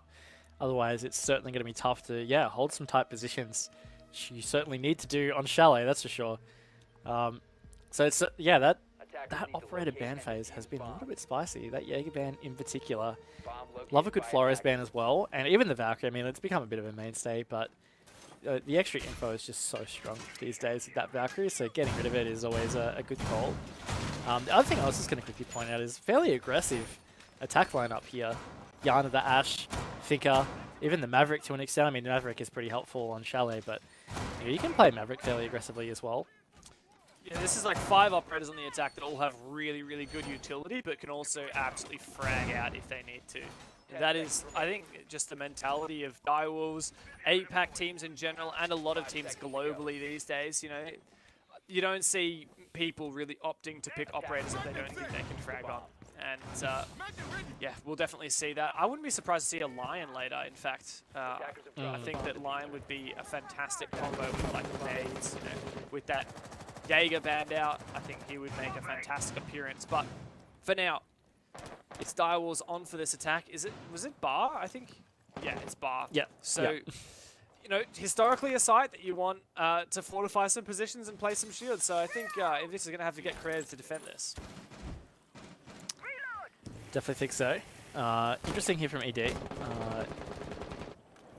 Just trying to get it. Oh, it's a good angle to blue. Okay, I was like, what's he trying to do here? Yeah, it's an angle to blue just to be able to cover it while he Mavericks a little entry point for themselves in through Snowmobile. He's done fairly efficiently, so nicely done. Direwolves pretty interesting little entry points here, fairly aggressively in fact, like pretty close to sight. They might be looking for a, I don't know, a quick little poke in towards Bar perhaps? Well, that's definitely what we saw. Oh, okay, love this. The stock Maverick. This is becoming a staple these days. But it's usually a free kill if defenders are playing someone in there. Not so this time around, but like you said, Direwolves are really playing some heavy lurk game, getting to some really strong positions close to sight, and Luna has absolutely no chance of reacting. Shadow sprays through that wall and finds the opening pick of the map. Already Direwolves in seemingly a very strong position. Didn't quite see where Hysterics dropped. It actually looked like he flanked up through Snowmobile, and that's where he caught ED. Oh, Jackie. That is the Maverick off the board. Yeah, Jackie's just doesn't realize that he could have gone for a pre-fire kill, but of course that's how it would be. 2 minutes in, Direwolves, compared to how they started, feels a little stalled out here. They're just really taking their time to continue this setup. Looks like Pika might be going for that pinch from the kitchen hallway, but there it is. Jackie's just in here, Dev. Yeah, and doesn't win the fight too, so credit to Jordan. He held down when he needed to. IG have stepped up now. Pika was the player to try and push from the other side of the map and flank, but he's now been spotted in 4K. He baits it out, makes it look like he's running the other way, but the double up of information gathering utility will spell his demise likely in a couple of moments. No way he won that fight. He had absolutely no business winning that fight, and Hysterics agrees, shuts him down. IG, a strong opener. Great opener, and on top of that, I was quickly looking at stats, and this is actually one of the most attacker-sided maps in the map pool. So for IG to be doing well on defense, that's it's quite a thing. And also, we kind of hyped up Direwolves' like ability to attack fairly well on the map. And look, 1 round in, doesn't look like that might be the play. I really feel like Direwolves just, I don't know, it looked like maybe they second-guessed themselves. I really felt like they were going to go for more like a mid-round kind of execute, but they shied away from it, especially once the flank came out. I think it was from Hysterics. That was really kind of it. Like, it didn't progress far past that point. Yeah, and the thing about this map and attacking is the meta seems to be really evolving, and I think we saw it in stage 3 a lot, the change from, particularly on that bar bomb site, like it used to be, alright, you take control of master office and you push across the whole map, you clear each power position and then you execute onto the site, probably with a, like, you know, a 4v2, 4v1 advantage by that point. And the meta changed into, I'm going to admit, something that confused me, and it's basically like people would just like sit around, very similar to Direwolves. Like you take control, like Snowmobile, like a lot of positions close to site. Might have someone on the library balcony, and you kind of sit around and look for a couple picks, and maybe push from somewhere else. Now, look, I'm not a pro player, but it was a strategy and a pattern that I saw that always confused me. It seemed very much, I don't know what's the word to describe it. It's like less pointed than most other attacks. Kind of just, yeah, we're just gonna kind of vaguely do this. But hey, it was how the meta evolved, and like you said, it still managed to maintain an attacker-sided dominance. So, I don't know, maybe we'll see that continue, or maybe we'll see like more methodical pushes. This looks pretty methodical to me so far, however. It's looking good so far. And look, IG won the first 2 rounds on bank, on defense, and then they end up losing the map, right? So early days for sure. Luna on the clash though, just highlighting that real quick because Luna and shields is very, very iconic. See whether it has much of an impact. I'm liking this from Direwolves so far though. You know, this first minute's felt very productive. They're getting a lot of information, really setting themselves up around where they need to be getting this push down. I also really like that Jordan is playing in around that piano area. Like, I feel like there's a lot of versatility to be had from playing smoke in that position. So I think it's going to be difficult for Direwolves to kind of flush out or deal with. And also really important for them to be able to do so if they want to get an execute happening. Like this clash from Luna, like you said, always loves playing the aggressive shield operators. How are Direwolves going to deal? See how keen Hysterics is to go for a flank here up the library stairs. Well, Direwolves are aware. Oh my god, Luna? He sprayed down 2 of them and got the shield back up. Now Hysterics has found one on his flank. Only 2 players left for Direwolves. I wish we had seen that because Luna, you absolutely pogged out, man. Yeah, he did. So now Direwolves are just left with the pieces. Shadow and Pika, they have to try and make something happen. And look, these 2 players, pretty nutty, certainly can, but this is difficult to deal with, man. Like, Luna's still full HP with his shield. He's going to be getting all this info. Not much line of sight, really able to kind of like pinch him down. But Pika's just going to go in. Okay. Only 4. All on Shadow's shoulders now. Oh, and he also gets finished off. No, Luna! Oh my god, please tell me we get to see this on the kill feed. Almost killed himself with that first nade. What a round from Luna, my god, that's 3 kills on the clash. Yeah, instrumental, honestly. That was huge for IG. The others didn't really have to lift much of a finger, you know. Luna got in their face, did the old spinner-rooney and got 2 picks and yeah, finished it off. That was really strong from IG, and this is certainly concerning from Direwolves. Like, that attack really fell flat very quickly, and that's kind of scary. Again, attacker-sided map, they should be looking for at least a 4-2 half. That would mean they need to get 4 rounds consecutively right now. So this is a really great start to the map from IG. Especially when Jaeger's banned, right? Like, you think, alright, this is going to be attacker's heaven. You're bringing 2 sets of nades, you got a set of flashes as well. Surely we're going to see the attack just run right. But no, defense being locked down really solidly here, consistently by IG. It's early days, like you've said, and it's hard to know when there's cause for concern. But one thing we can say for certain is that IG are looking stronger than they were on Bank, and Direwolves definitely not looking like they're keeping up here on Chalet. Yeah, it's definitely not looking good early, but it is early. Look, we're 2 rounds in. It's round 3 now. Let's just let's wait and see. Because Direwolves did a pretty good job adapting eventually on Bank, which just meant that we had to go to OT. Maybe similar fate here on Chalet. Kitchen dining now though. Yeah, that's the other great thing about Chalet is most of these sites you can certainly play. I mean, basement is the least played, and that's what we're seeing here from IG. Probably hoping to avoid playing it at all. But look, it's great. You can play any of these sites. I feel like they're fairly balanced or well-rounded, and we see a lot of different site pick orders from different teams. So that can be really tough on the attack side. I mean, you always have to try and guess which site your opponent's going to play, and sometimes that changes your attack lineup. Some teams don't change their attack lineups, but it's still a factor.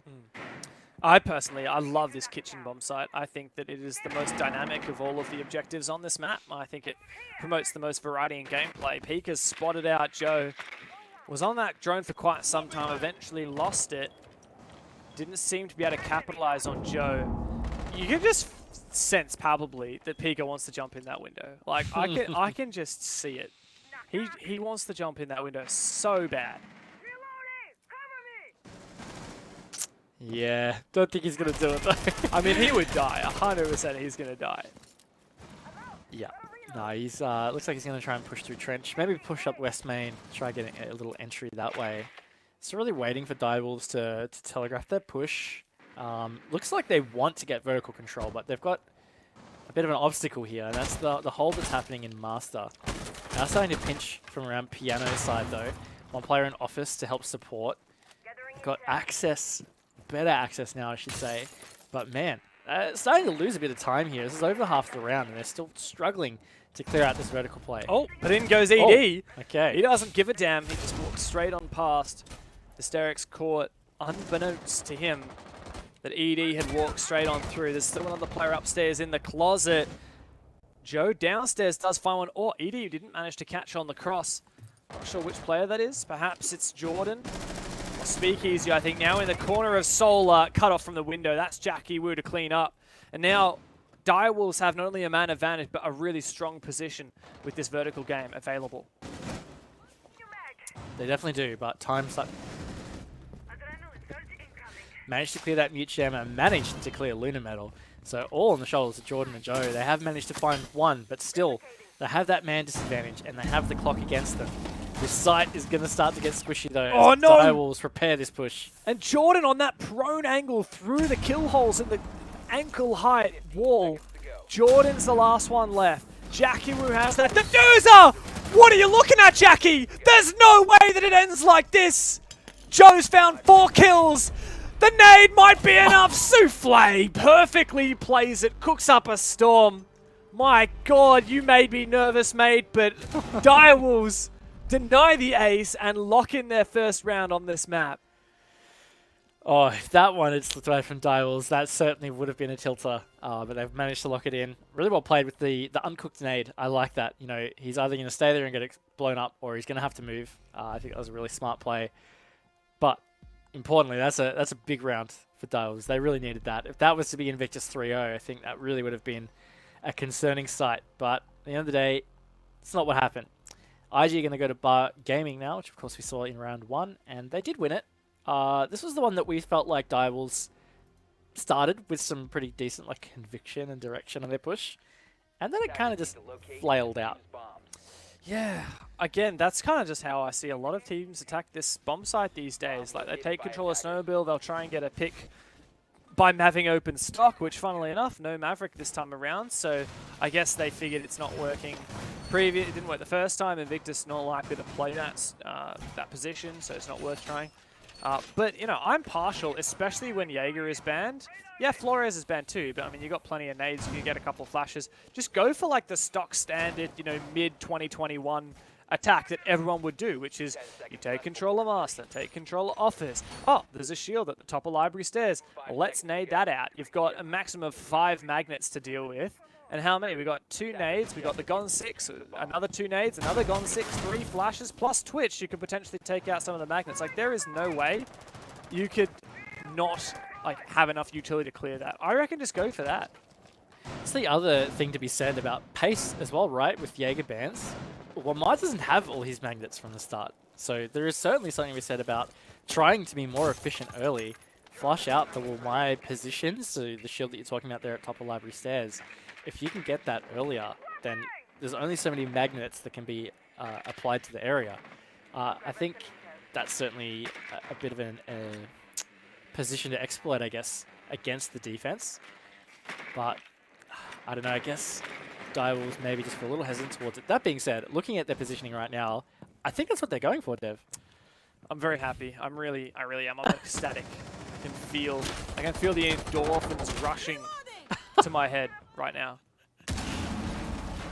I'm excited to see if it works or not, because look, I'd be perfectly happy to see it fail and for myself to be proven wrong. Joe has that FMG. He's playing that really powerful position that we're talking about clearing with that really powerful SMG. And you can see the Twitch is also going on through looking for those Wumai discs. Joe's going to burn as many of his gases as he thinks is necessary.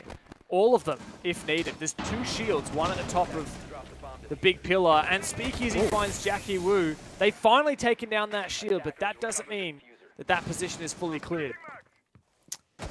Yeah, but unfortunate they lost their hard breach in that attempt of clearing the top library oh my gosh, what am I saying? Try again. Top library stairs. Dev. Hey. It's now clear, and that's a beautiful shot onto Hysterics there from ED. So this is feeling more balanced from Direwolves. That being said, it has taken all a few minutes for them to get to this point. So again, time really eaten up, but I feel like they've got better map control than they did at this point in the first round. Yeah, and look, we still have some roamers active, particularly, I'm not sure who it was, I think it was Luna down in the basement. Oh, right when we say that, Pika is on the hunt. But I feel like Direwolves have a lot of the map control that they would want. Pretty sure library is clear, which means that in theory you can kind of jump in and get into a safe spot to plant. But you can see Direwolves want a little bit more before they do so. Joe takes down Pika, but Luna caught out on his rotation upstairs. Souffle finds his head. 3v3. 25 seconds to go, and Souffle looking to burn that Aruni gate. Shadow wants to make a move as well. It's going to be desperate now. All three Direwolves players separated from one another, and Speakeasy takes full advantage of that. Jordan as well finishes off ED. Traded now by Souffle, but where is that diffuser? I've got no idea. And it looks like neither... Oh, Shadow's got to go for it right on that window. This is going to be a very long 7 seconds, the longest of Shadow's life, and Jordan and Speakeasy have absolutely no qualms with ending it prematurely. Invictus, another strong defense once again.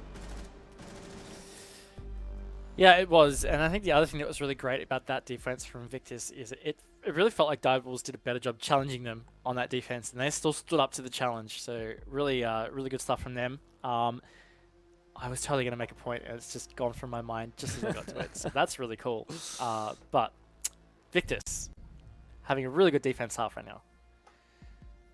Absolutely. And it's certainly setting themselves up for a very, very strong map. Hard to imagine now Direwolves really coming back. Like, yeah, I can see a world where it happens, but Invictus have really demonstrated how good they are on their defense of Chalet, and you got to assume that they're going to be just as, if not stronger, on their attack, right? So Direwolves have no second chances now. They need to really push through, get this to an even scoreline. It's possible. A couple of these rounds have been close, but not close enough for us to have full confidence in Direwolves. Yeah, I tend to agree. I think a 3-3 half would be... Like, I think it's not ideal when you're on attack on Chalet, but it's okay. It definitely would be a save at this point, right? Like, Invictus are feeling like they're going to run away with this half. So to pull away a 3-3 would be pretty good for Direwolves, I guess. I say that lightly. It'd be astonishing if they could do it from now. I'd be really impressed. Yeah. And maybe I'd feel differently about the second half knowing that they could break that momentum. Totally. But, like, it's just so hard to see it happening, you know? Yeah, it really feels like IG have had just such good control in this half. And look, it's this top 4 site, Master and Office. Luna on this clash, he absolutely destroyed Direwolves last time. I'm sure that's going to be triggering them just thinking back to it. What did we do wrong last time we attacked this site? Oh yeah, Clash just literally stood there and killed all of us with her SMG. Ah yes. How do you try and fix that problem? Just kill him back. Yeah, that's simple. Now I see why you were a pro coach. Yeah, man. Just gotta shoot the other team. It's easy. You have a counter of how many times I've brought that up during this broadcast. I love throwing you under the bus. Yeah, thanks, man. It's all right. Not as bad as Xenox, is it? No, nowhere near. Ooh, hello. Hysteric spotted in reading. To my recollection, there's absolutely no problems for Direwolves to clear library and clear that top mezzanine position the last time they attacked the site. But obviously it was a lot more difficult after that. Oh, no, that was not a wall bang. For a second, I thought Souffle got that down, but no, Hysterics was taken out from elsewhere. And with that, Direwolves should be able to take a lot of map control now, of course, only marching forward towards that Clash, who we know how deadly she can be. Yeah, this is a good start though, and even better now that they've actually been able to down Joe. Oh! Hopefully that is Luna! Unbelievable, man. How does he do this? That is nuts. What a great shot. Shadow, though, manages to get that trade, secure the kill onto Joe, who'd previously down thanks to the uncooked nade he tossed out. But for Luna to find a pick, I mean, he's a mean machine with this SPSMG. Now, 3v4, Luna's got the vibe that he needs to make a play. Really worried, though. Obviously, Clash is the slowest operator on defense, even when that shield is on her back. She trugs along at a snail's pace. Direwolves have a pretty solid chance now, I'd say. Definitely do. Got to play in at that office half wall as well, the default plant spot, so to speak.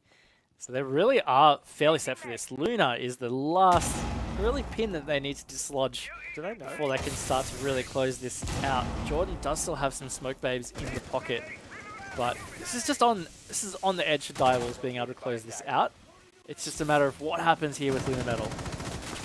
Yeah, Luna can really be a hindrance, but can he actually be much more than that? I'm not so sure. Is this a swing from the player in Piano? ED trying to watch for it. Jordan goes down. Souffle's march straight on in. Luna is banished to the Shadow Realm.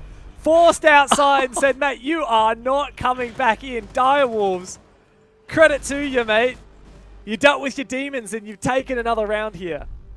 Look, that was really good. That was definitely Direwolves' best attack by far in this half. And yeah, look, poor Luna Metal, he just got absolutely bullied at the end. But that's what it's like as the Clash player, right? Like, you're often either somehow the first to die in some unfortunate circumstance, or you'll end up being one of the last, and you just get absolutely bullied because your teammates aren't there to protect you anymore.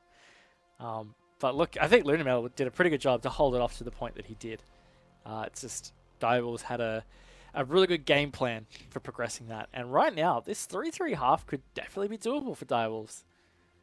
Absolutely, and it would be quite remarkable if they could even it up. Now, still considering that this is an attacker-sided map, and if Direwolves can only get 3 rounds on their attack, that's, you know, even. So in theory, still it favors Invictus. But for me, honestly, what I reckon is the most impactful factor isn't that IG would have the statistical advantage, but that Direwolves will have regained that momentum. We know how much IG in particular are a momentum-based team. Like, as soon as it starts to slip through those fingers of theirs, that you've got to start to be a bit scared for them. They are that team that it kind of like CAG light, you know, you can't ever be fully confident in them because unfortunately something goes on in their heads, and IG just really struggle sometimes to battle that, do that mental battle. Yep, definitely feel that. And look, I'm just quickly looking back at Bank, and there is a bit of supporting here. You know, they went 5-3 at one stage, and from that point on, it was absolute Direwolves momentum swing. Direwolves ended up winning. I can't quick math, but at the end of the day, they won a lot more rounds than IG, that's for sure. I see a lot more Direwolves heads in your match tracker. And it's totally right. Once that momentum really swung, it was round 9 when Direwolves won a CEO attack, defense. And that was it. Like, the momentum had truly swung to Direwolves, and it was very difficult for IG to bring it back. I can definitely agree that that could happen here, right? Like 3-3 half, Direwolves get maybe 1 or 2 defenses, and that could be it. Like, that could be really tough for IG to come back from. Yeah. I did the math. I used while you were talking to run the numbers. It's 5 out of the 7 following rounds. Direwolves are able to win. I know, tough maths. 7 minus 2, I know. Oi, look, don't judge. It's all right. I didn't actually manually run the maths. I used the spreadsheet to do it. Don't worry. Of course you did. So, seeing a minor adaptation here from IG. I don't know exactly where Hysterix is playing, but I know that he's brought the banner instead of the Aruni this time. Really leaning into, I guess, just a second set of wall denial. Not really sure why, honestly. Very strange decision, especially the way that they've opened that up. Oh! Oh! My God, that was a nice attempt at a play, but Shadow's just in Piano. Like, what is happening? Half of Direwolves are dead. IG have really done a number on them. That said, Shadow has a very cheeky position. Yeah, look, he could get a couple of picks from this, and that could swing it, but he's going to have to make it happen soon enough. And while he did, unfortunately he was traded. So Souffle, this is a 1v3 situation, and he's got Luna Metal looking right in his face. Yeah, I mean, this is the worst kind of position to be in, and of course Luna's going to go for the pick, but it just baits for Souffle to get shot by Speakeasy, and that's the half. It is not, in fact, a 3-3, a 4-2 for IG, a well-deserved advantage going into their own attack now. And they are very well set up for this match. Definitely are. So all they have to do is really just play a solid attack half, right? They're only going to get 3 rounds, in fact, which is by all rights, statistically, should be fairly straightforward on Chalet. But that being said, look, you never quite know. Direwolves are a pretty hard team to write off sometimes. They can certainly pull out some strange plays of their own to swing a map. So maybe that'll be the play. And speaking of ED, he's gone for the reverse of what we just saw from IG. He's 6th from that Bandit, and he's going to go for the Clash. They're playing the Thunderbird, which actually we haven't seen, I don't think, today, right? Strangely, it's an operator that we've seen quite a lot of overall since she was added into the competitive scene. But yeah, I don't think we've seen her much at all today. And I mean, when you've got that AR, the Bearing 9, and the Kona stations, plus the C4 impacts, I mean, what a just powerful asset in your arsenal she can be. I gotta say, IG, while we do consider them strongly favored now, moving with an advantage into their attacking half, I reckon the worst thing you could possibly say in the IG voice channel right now is, hey guys, we've got the advantage, just don't throw. That is the #1 worst thing you could possibly say to them right now. Absolutely. Look, they're definitely not a team that is known for locking in their strong wins or strong advantages always. It's not to say they don't do it. Certainly, there's been matches where they absolutely smack their opponents. But that, you know, they're also known for losing some solid advantages or even losing winnable matches. But look, most teams are, at the end of the day. Who are we to judge? They're in a great position right here. I think this first attack is going to be pretty critical for both teams, right? Invictus get this one. They're up 5-2. They're on the attack Chalet. That's looking great. But if Direwolves manage to get this, 3-4, you know, it's totally a comebackable position. Comebackable. I'm going to add that one to my dictionary. Yeah, look, my vocabulary hasn't been the strongest today. I'm not going to lie. I rate it, honestly. We're just making up words left, right, and center, and I'm totally fine with that. This nade could be beautiful. Oh my god! Cooked to perfection and followed up with a beautiful dessert. Speakeasy also finds one with the DMR on Buck, and IG have already found themselves a minute into the round with a 2-man advantage. Info on Pika roaming downstairs. And what can you say other than Direwolves, you need to start fighting back. Don't pull any punches. Yeah, that's a pretty big loss too on the Clash. I mean, the Clash is certainly an operator that you would hope is there in the late round, right? Like, such a strong operator to have to kind of defend against the plant position, but look, not there anymore. Shadow's also gone on the Thunderbirds. This 3v5, I think it's going to be very tough from Direwolves at this point. It's just more so about IG ensuring they get kind of clean entry so they can either finish the round with the frags or they execute. If they lose a couple on this entry, look, Direwolves might be able to even this man count. And then they might be able to salvage the round. But at this stage, it's been a really good start here from IG. But a really good shot there from Souffle, who's trapped. Not a lot of health. Luna likely to just send it in. Oh, he's got a chance to open this round wide open.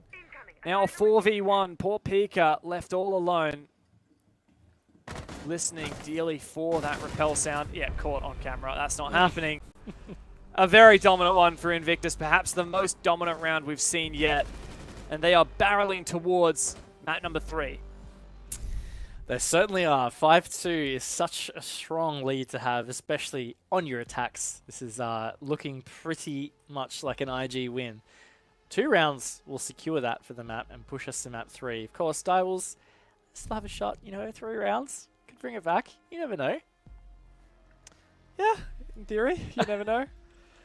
It's Feels getting, unlikely. It's getting harder and harder to believe. Like, we saw that one really nice Master Office attack from Direwolves.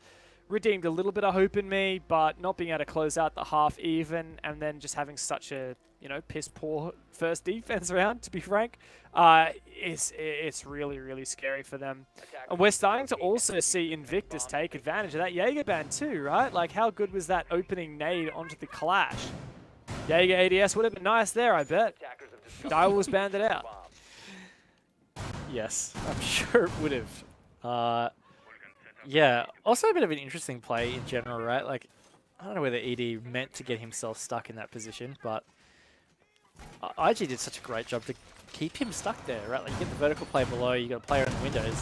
Where's he going to go? Like, he really can't move anywhere at that point. Yeah. Look, tough map so far for Direwolves. Mm. They keep their head in it. And even if that is just weathering the storm until Oregon, that would also be okay. But we've seen IG really come back into form here on map 2. We're also seeing Luna for the first time actually playing the Monty that he is infamous for. Yes. Just realized all his kills have come from shield ups. I mean, Clash. Literally Clash. Clash But Monty, man. Yeah. But there you go. Speakeasy, the big hitter, is taken out. Joe's actually been on the scoreboard at least, the big hitter this game. But Speakeasy, I mean, spawn picking Speakeasy, which try to say that 10 times fast, is always something you want to do when you're versing Invictus. If you can get it, you say thank you very much. You don't have to verse him later in the round. definitely helps, tell you that much. And look, Buck's a pretty strong operator in Chalet in general. A lot of vertical play. Good for IG though. They've managed to trade that one back. So, taking out ED. 2 minutes left. Uh-oh. They've missed Souffle. And he's going to whiff on the Monty. That was such a big opportunity. Oh, that just summarizes Dival's Chalet, I tell you what. That is... It doesn't get much more painful than that. It really doesn't. Champagne without the champ. Jackie Wu could surely finish off Luna here, though, with a gas. Oh, this should finish him, surely. One whiff of that, and he is down on the ground. But Luna manages to dodge it. My God. Perfect timing. A spray through as well. Jackie Wu has got a lot of work to do. A mountain to climb. Now, I will say, IG, you know, this is a 3v3. And IG's Monty is very low, so this is very winnable here for Direwolves. That said, Hysterix is having a ripper game. Joe as well tears Jackie Wu's head straight off. Just Shadow left. ACS 12 in hand. Will do his best with this slug shotgun to find a victory in the 1v3. There's so much time, and oh, hello, that's a Monty. Surely he can finish him off. There you go.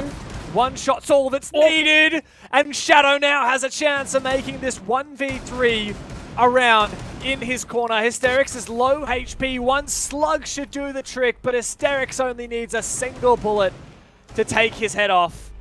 And another round for IG puts them on match points. Gee, that almost got a bit scary there, but I was preparing to say, you know, this feels like it's such a different contest to Bank. Like, Bank was really back and forth, hard fought from both teams, but this has just been an absolute annihilation in the end. Victor's up 6-2 right now, and just the way that that round progressed was, I mean, it was fairly unfortunate. Souffle, he really lost that for Dials. I gotta say, like, if he'd managed to take out Luna Metal without whiffing, who knows? Maybe he would have got another, maybe he would have got away. I feel like it would have changed a lot of how that attack progressed. Not to be. It's just how it is sometimes. Gotta hit those. And Dials just haven't hit much in Chalet. No. Gotta hit those. That's my favorite, like, passive-aggressive thing to say. I really love that. If you're ever playing with the mate, maybe he's getting a little bit too cocky. He whiffs a shot. You just gotta say to him, mate, gotta hit those. Pro tip. Yep. If you ever need to take your friend down a notch, that's what you do. Definitely works. Yeah, Direwolves have certainly been taken down a couple of notches. My question is no longer really, are they going to be able to come back in this game? Because, yeah, it feels inevitable that Invictus are going to win this. My question is, will Direwolves be able to persevere into map number 3, into Oregon? Because, look, Invictus, they've such a high skill ceiling, and now that we're seeing them on a map that they really favor, clearly, instead of Bank, where I think it's pretty clear that it was not their preferred map, we're really seeing Invictus at their true strength. It does feel a lot more like that. And look, I definitely expected a lot more from Divals and Chalet. I thought it would be a lot closer than this, but look, Invictus chose it for a reason. They're certainly looking pretty good on their Chalets right now, and I think it's safe to say that we're starting to think a little bit more towards Oregon. I think that could be closer, but just the form that Invictus have presented on this map, it's really hard to think that they're not going to be able to take the series from this point. Is anyone watching this game right now with a smile on their face? I think that would be Cyclops watching eagerly to see which of these teams they will be versing in the upper final tomorrow. Souffle takes down Joe Nyson early. That's the top fragger from Invictus. Slowed down at the start of this round. Direwolves, perhaps a flash of hope before their eyes. Certainly wouldn't count IG out just because one player has gone down. No, definitely not. So plenty of time on the board, plenty of potential in that roster as well. We saw them just absolutely derail, demolish Direwolves in this, and there it is. Jordan has found a pick on Topeka. That's a good little evening of that man count, and Luna has just gone in here. He's just going to be able to aggress onto these positions. Unfortunately for him, though, it doesn't quite see Jackie. It's traded 3v3. That's pretty gutting, not gonna lie. That was a real shot there. Fortunately, IG just keep finding picks wherever they may come. Now 3v2. Hysterics moves on forward. He's got a fantastic position here in the bathroom, and Jordan's gonna drone up ahead, spots the player in the closet. Hysterics knows he's just around the corner from that. Peeks it, but doesn't see the player.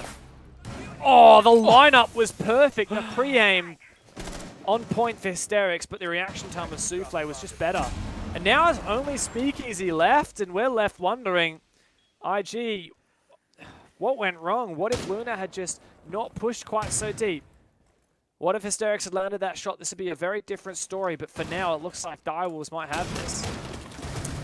Does feel like it, but you never know. It is Speakeasy. Beautiful shot onto ED. He's got less than 30 seconds. One player to find is Souffle. And Souffle spots him, deals a bit of damage as well. He's watching the perfect angle and takes him down. Dire will stay alive a little bit longer here on Chalet. Held on well, honestly. Felt like IG were about to run away with that one, but I kind of agree. Like, if Luna had just not died in the position he had, like, you know, if he'd fragged that player in the little closet, I think that would have been GG. But look, that's how it is sometimes. Got to hit those. Right? Far out. Yeah, tell him, mate. Tell him. I played ranked with Luna like, I don't know, months ago. On this very map, and you know how we make fun of him here because he's like, you know, in terms of aim, he's the worst player on the team. Like, he's the one that we all throw under the bus because he doesn't hit those, and we all hype up Speakeasy and Hysterics. I tell you what, he destroyed when we were playing ranked with him. Like, he would just no drone walk in and get like a 4K on Twitch, and it just goes to show, right? Like, we think we're pretty hot, you know, crash hot when we're playing in plat or diamond or whatever.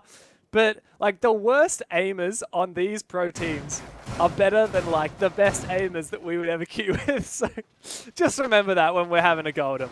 I always get the vibe with Luna, though, is he's, like, you know, way nuttier than he likes to let on. I feel like he enjoys playing the quiet support role, but he could easily switch off, you know. I don't know. I always get that vibe. Absolutely. I mean, honestly, I think he just plays shields to nerf himself. He doesn't... He's probably a bit of a shy guy, you know. That's why we never get him on the interviews. He's really shy. He just wants his teammates to take the spotlight.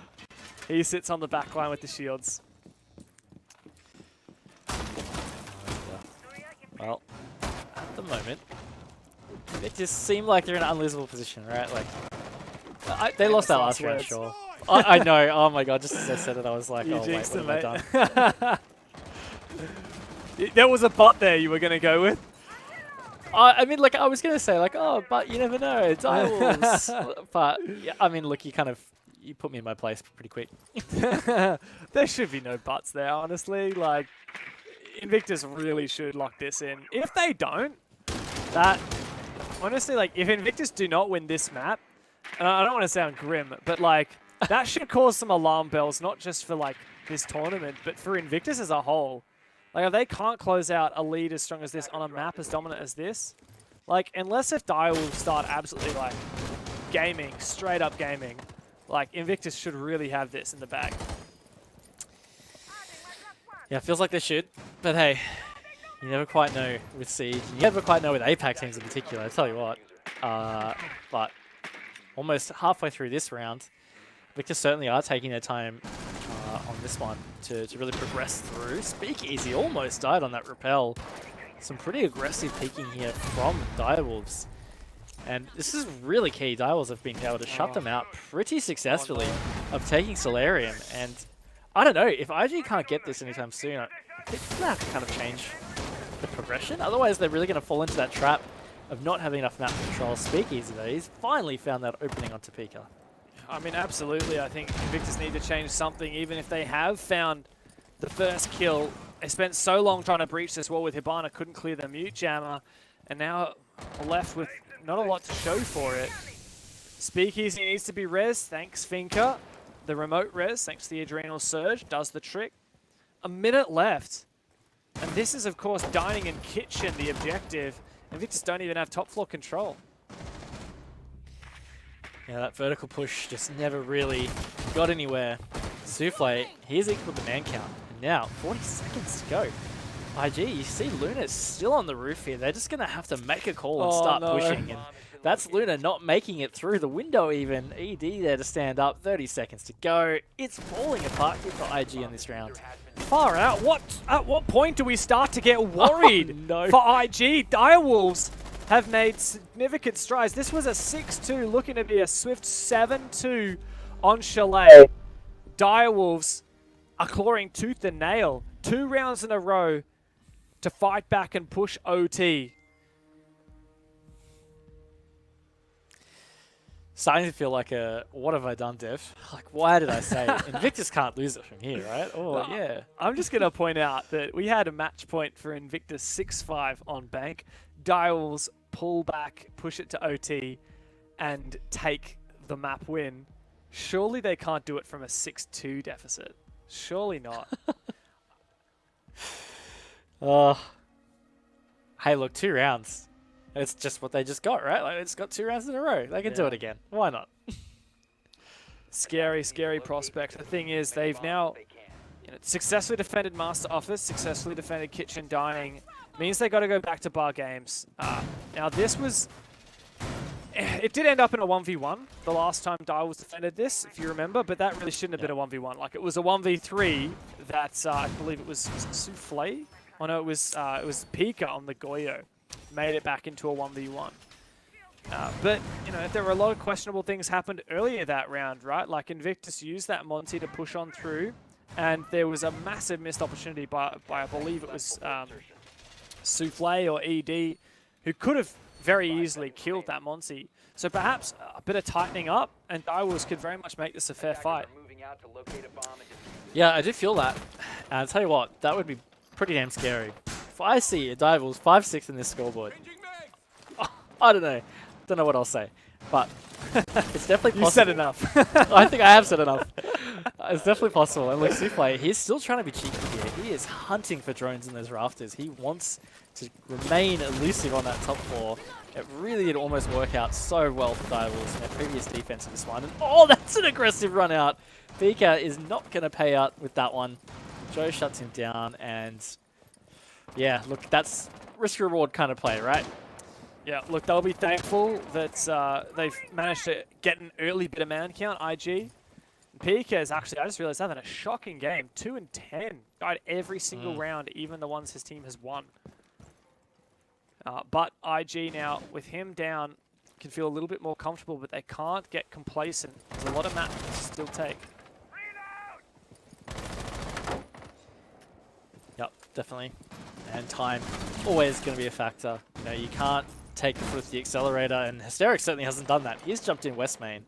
He wants to hard push these players, holding, dining. Direwolves are falling apart now as Joe has locked in a triple so far for the rounds. 2 versus 5. This is, IG look like they're about to lock the map away. And for the first time, we can really say that with confidence. Joe does go down. ED finds one.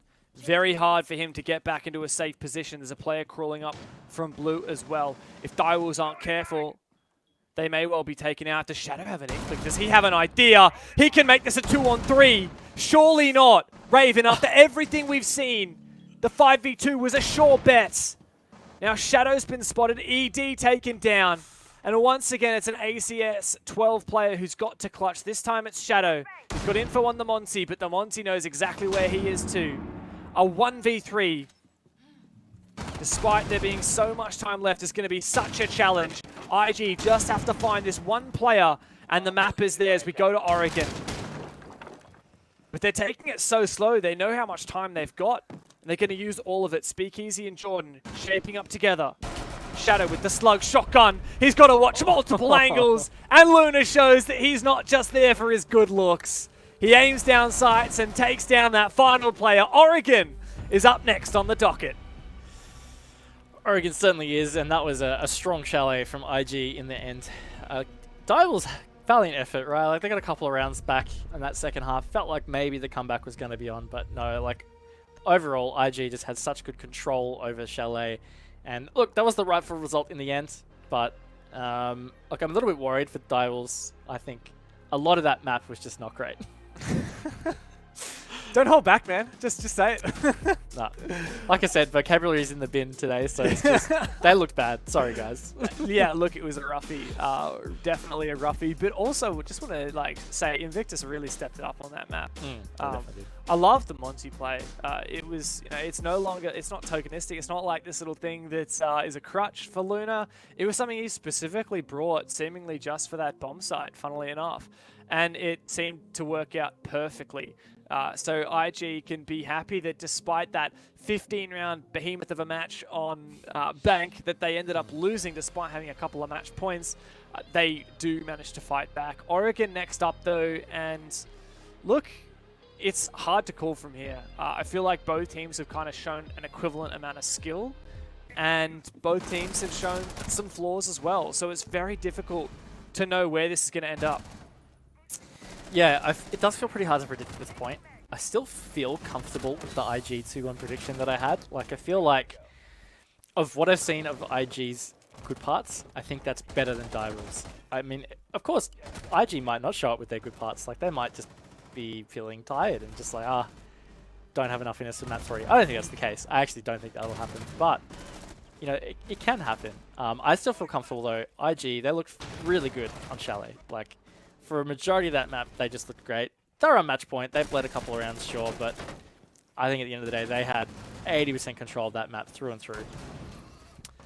Yeah, it definitely seemed like it. And, while there were a couple of valiant attempts, 1v1s, 1v3s from the guys on Direwolves, it just wasn't enough. I'm inclined to agree with you on your IG pick for map 3. It's hard to go past them, and it's hard to go past the fact that I still really feel like of all the teams that APAC could send over to 6 Invitational, I would put the most faith in IG. Like, they haven't even earned their spot there, right? Yeah, we've got Down 1, we've got Sandbox, and we've got Elevate. And of those 3 teams, if you add IG into that mix, even if you add Cyclops up for the contention as well, I honestly would put the most faith in IG. IG, maybe Dumb 1, but IG, I think, has such a high skill ceiling. They just need to sort out their consistency. And it's plagued them for over a year now. And that is so devastating. Honestly, like, there's no other way to put it. It is devastating. Yeah, and to speak of their consistency, they kind of have the opposite issue of Cyclops, I guess, talking a little more broadly here. IG, they struggled in Stage 1. Absolutely shocking Stage 1. And then Stage 2 and 3, they really picked it up. They did kind of peak more towards the end. Whereas Cyclops is the other way around. Stage 1 and 2, Cyclops looked absolute beasts. And then in Stage 3, they really flopped. So, look, reverse options there. Still feel like they're probably going to be the grand finalists. I mean, we talk them up both a lot. Probably going to be the upper bracket final as well. But yeah, I think this is an important series for IG to win. And I think they will. Probably, but we know what Direwolves is capable of. Next up is Oregon, the last map to settle it between Invictus and Direwolves. We'll see you in a few.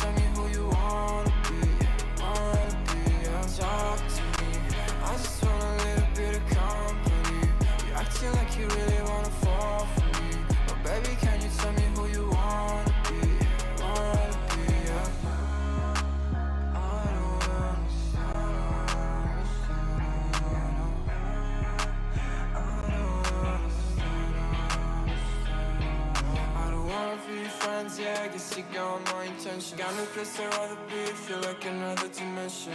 I don't wanna talk, baby, you should let it go. I don't wanna go, let me stay a little more. Now talk to me, I just want a little bit of company. You acting like you really wanna fall for me. Oh baby, can you tell me who you wanna be? Yeah. Talk to me, I just want a little bit of company. You acting like you really wanna fall for me. Oh baby, can you tell me who you wanna be? Yeah.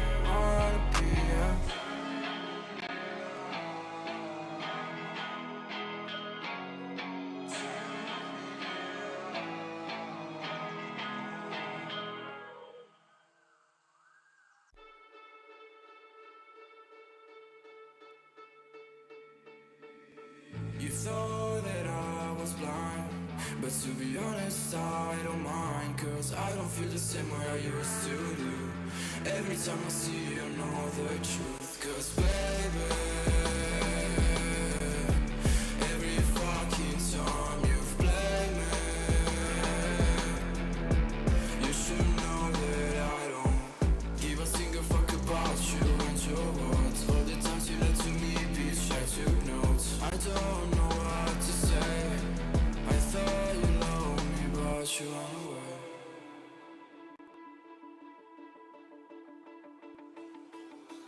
I've been living in the shadows for a while. Demons calling me from the afterlife.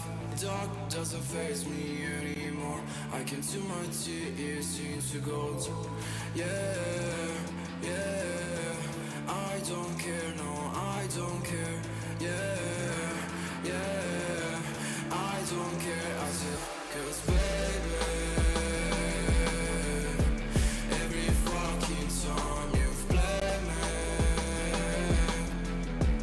you should know that I don't give a single fuck about you and your words. All the times you lied to me, bitch, I took notes. I don't know what to say. I thought you loved me, but you ran. I know people come and go away. Sun is low, that's my time to shine again. Cause baby, every fucking time you play me, you should know that I don't.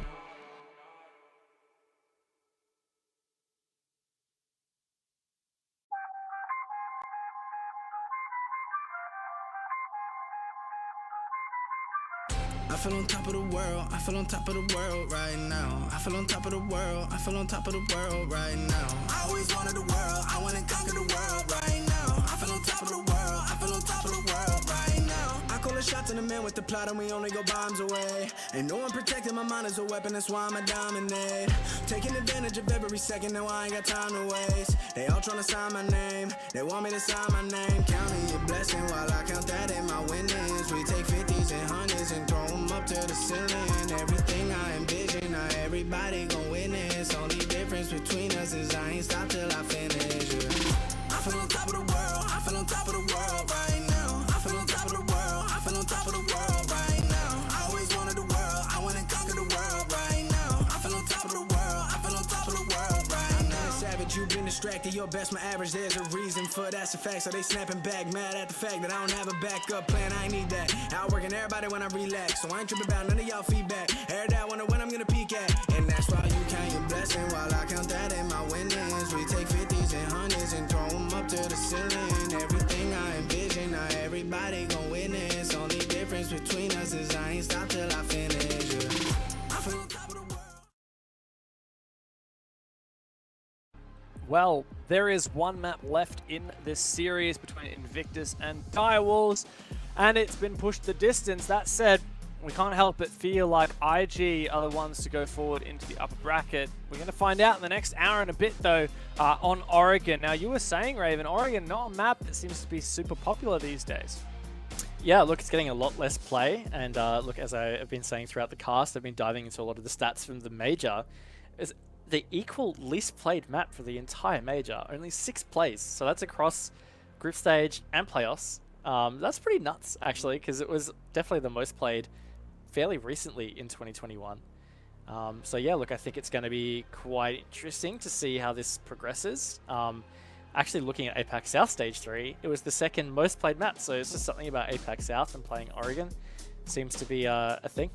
Yeah, these teams do seem, despite global trends, to be no strangers to Oregon, and in particular, no strangers to each other on Oregon. The last time these teams played Oregon was actually against each other in the SEA Championship. IG won that 7-5 and also won the series 3-1. It was a best of 5. So IG, in theory, like everything always points to them, right? Like whenever we're talking, you add to the fact that Direwolves were informed that they were playing yesterday, like 24 hours notice to play in this tournament. IG, with everything that they've been capable of, Hysterix has finished his national service. All signs point to Invitational, to Invictus. Well, Invitational's right too. But yes, no, all signs are pointing to Invictus for the series. But look, we've seen surprise wins before from Direwolves and Oregon. The fact that it was 7-5 most recently, that's a pretty close game. There's a lot of rounds that you can see just won or lost by simple, small mistakes. So it could just take a couple of those if it's a replication to go the other way, and maybe Direwolves could pull out a surprise victory. You never know. But at the end of the day, we're in a double elimination bracket, so neither of these teams going home. Like whoever loses this, they're not going to be completely out for the count.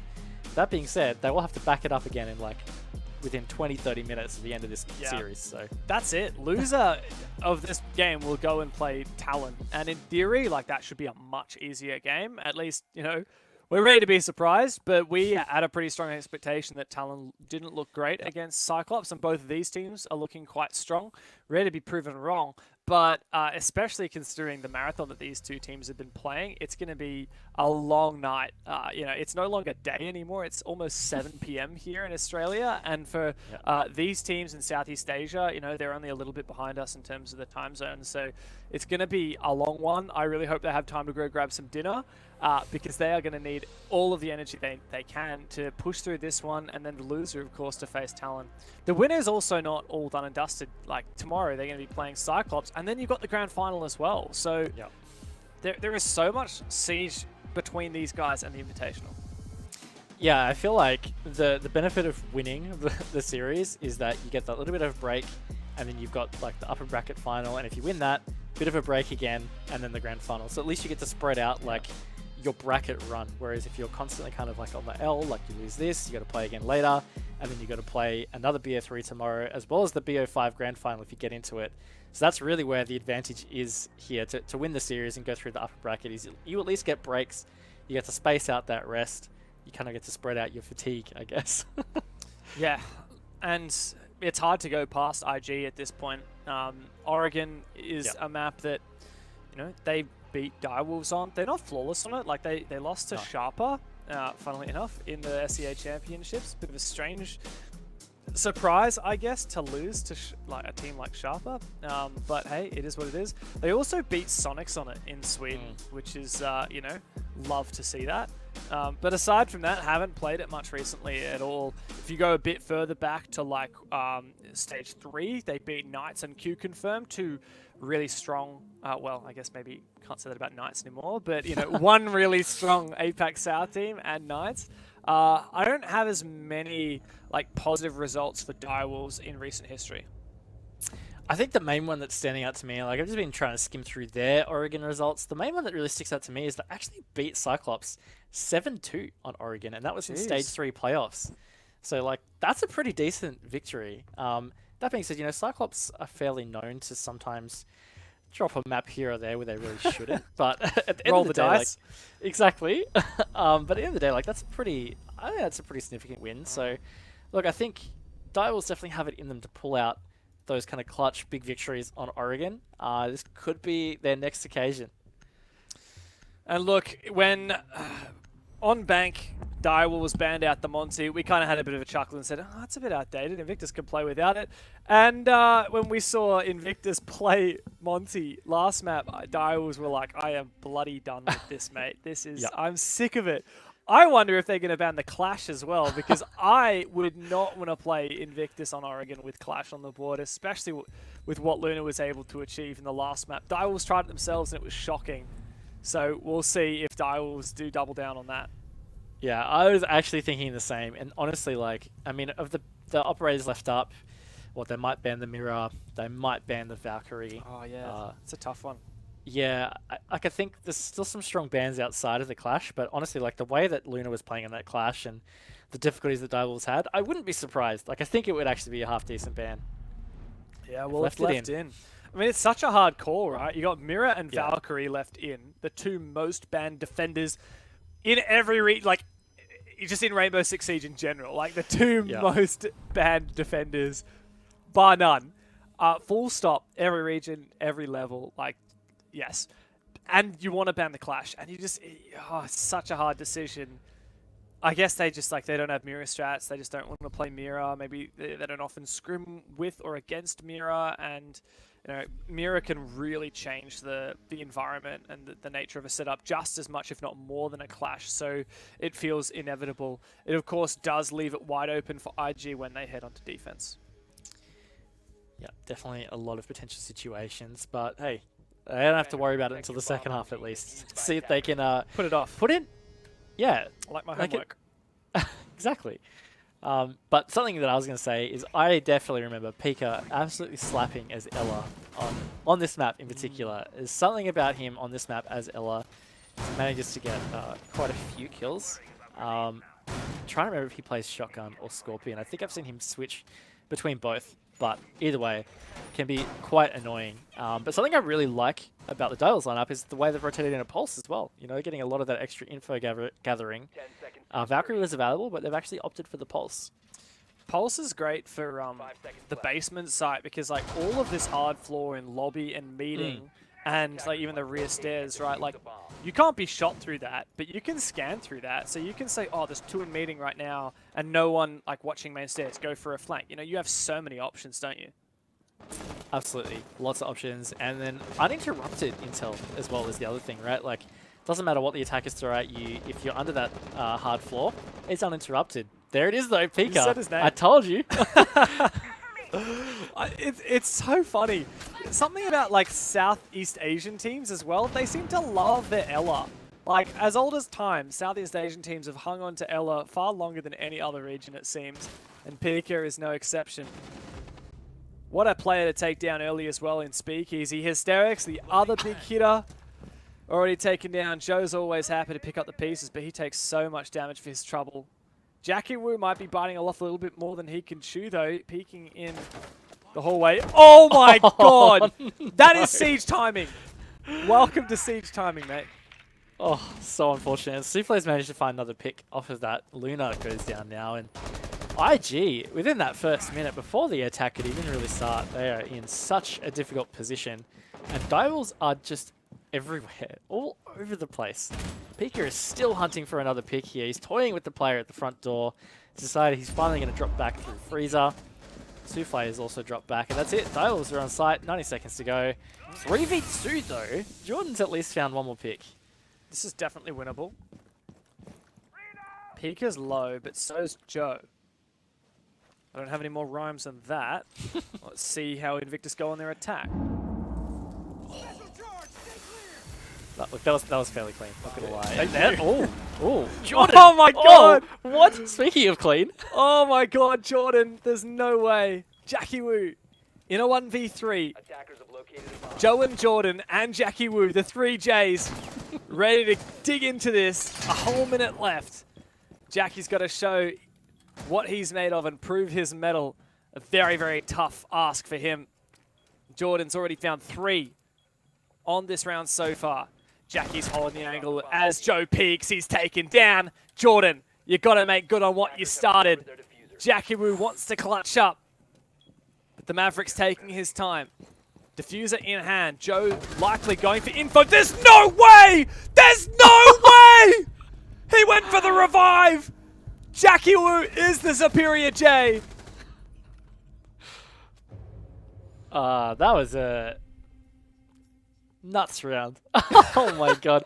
We had a kill in the first 20 seconds. We had 3 attackers dead in the first minute. Yet it came down to a 2v1 in favor of the attack. But yes, Jackie Wu was the one that came out superior. Unbelievable. I was going to say to you, if Direwolves lose that round, that should be it. Just Close the book. It should be over. They shouldn't have lost the 2v5. They managed to win it. It was way closer than it should have been. Look, if nothing else, these teams know how to entertain. You know, to go for like that looked like a ranked game at the start. And I don't mean that insultingly, but like, you know, when you're playing some ranked and like the other team's really cocky, really full of it, and they're just peeking everywhere. Like you've got an Ella trying to one-tap you with a pistol from split in meeting, and you're outside lobby door. Like that's exactly what Direwolves were doing. They were getting in Invictus's heads, and credit to them, it worked. Well, a 2v5, I think it was, like you said. And then Invictus managed to pull it back, and Jordan got a huge 3K. Nonsense stuff, really was. And then on top of that, for it to be won in the end by Jackie, yeah, we're left with more questions than answers after something like that. Yes. Also hard to kind of like, you know, when we go back to the laundry defense, whenever it's going to be, probably round 4, you know, we're going to be like, oh, round 1 was that crazy round. That's as far as we can go. There's not much more to unpack other than that. But look, credit to Direwolves. Like, I really like that they've decided to go for that aggressive play from the get-go. Like you said, probably trying to get in the heads of Invictus. And to reference the ranked experience that you said, you know, like, you're going to have some choice words and some new nicknames for people after experiencing around like that. It's just how it is. You're like, Hey, why weren't you watching this? Like, you know, the bickering starts. What is that from Pika? He runs all the way out, small tower. He's traded back, but I mean, you're taking down Jordan. That's a big pick. It's the Maverick down, one of the critical hard breaches. And Souffle peaks Speakeasy in the school bus. And this camera is still left alive on the antenna as well. Holy moly. Oh, yes. Well, Direwolves are certainly continuing the ethos of just peek everything, get in their face, get aggressive early. Certainly is going to stall out Invictus for a little bit here, because they're going to have to gather themselves. They've lost Speakeasy on the Finker. You know, it's had quite an impact in general throughout the day, and Finker's just been such a strong operator lately. And no Maverick as well. It means that they've got very limited options of how they're going to handle this hard breach. So yeah, it is probably going to stall them out a little bit. Wow. Nuts. Yeah, I just need to catch my breath. I think IG need a minute to process everything that's happened. Did that hard breach end up working? Managed to see whether we got like a proper breach going. A lot of work to be done for these IG players though. These Aruna gates are going to slow them down. I love this from Direwolves though. You know, get hella aggressive at the start and then just chill out and slow down. Still, a lot of breaching work's got to be done by Joe. He's using some of his excess pellets to clear out the gates. But there's still no breach on that wall though. There's not, and now there's no Luna, because ED has decided to pick him. Yeah, look, those cameras are really causing some issues. And now in this 4v2, 50 seconds to go. Look, it's going to be pretty tough for IG. It's very funnily. You know, it's either Closet, it's either Trophy. Maybe they rotate to White. Maybe Hysterix never gets there. Souffle gets him.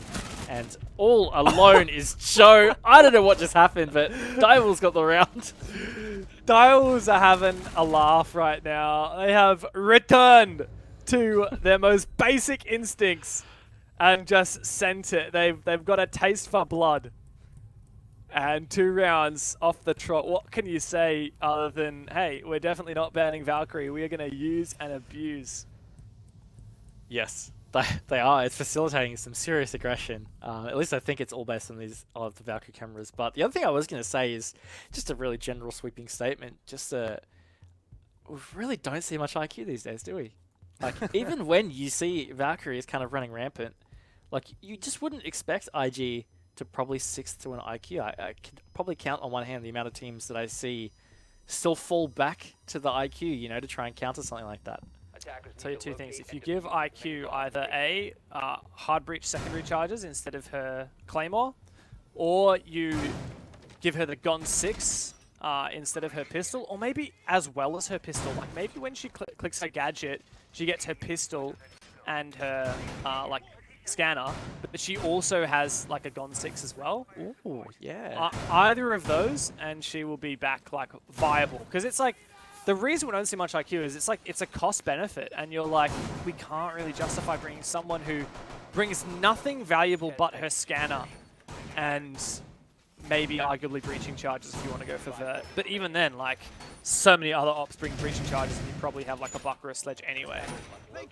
But yeah, no, there you go. That's my my game dev, amateur game dev take. Dev's amateur game dev take. I like it. I am dev, but I'm not a dev. Oh no! No way! 3 rounds in a row. I'm telling you, IG. Speakeasy's tilted, so tilted. Gotta be. Is he the one that actually has been spawn peaked each Twice. round as well? Twice, Ah. not 3 times, just twice. But I mean, that would get me. That's still tilting. Yeah, absolutely. Oh. He was the one who died in the bus, so yes. So he hasn't entered. He hasn't entered the building. Not this map, no. Oh my god! Pika jumps out! What are they doing? I would love to hear the voice comms for Direwolves right now. Even if they're losing this map, like this round, technically, I applaud their gusto. Yeah, look, they're definitely sticking to it. They clearly have come into Oregon with a set thing in mind that they want to do. They're sticking to it no matter what. I mean, look, they're up 2-0. Like, why would they change? But conversely, I would love to hear IG's come because I reckon that would be equally hilarious in a way, or maybe very dark. I don't know. Honestly, I think it would be kind of dark. Definitely wouldn't be allowed to say, show that on stream. Some of the things that they would likely be saying when they're getting jumped out on by a Jaeger on Attic. Oh. Look, they've recomposed. Credit to IG. They've got this in the... Ooh. Is that going to make it?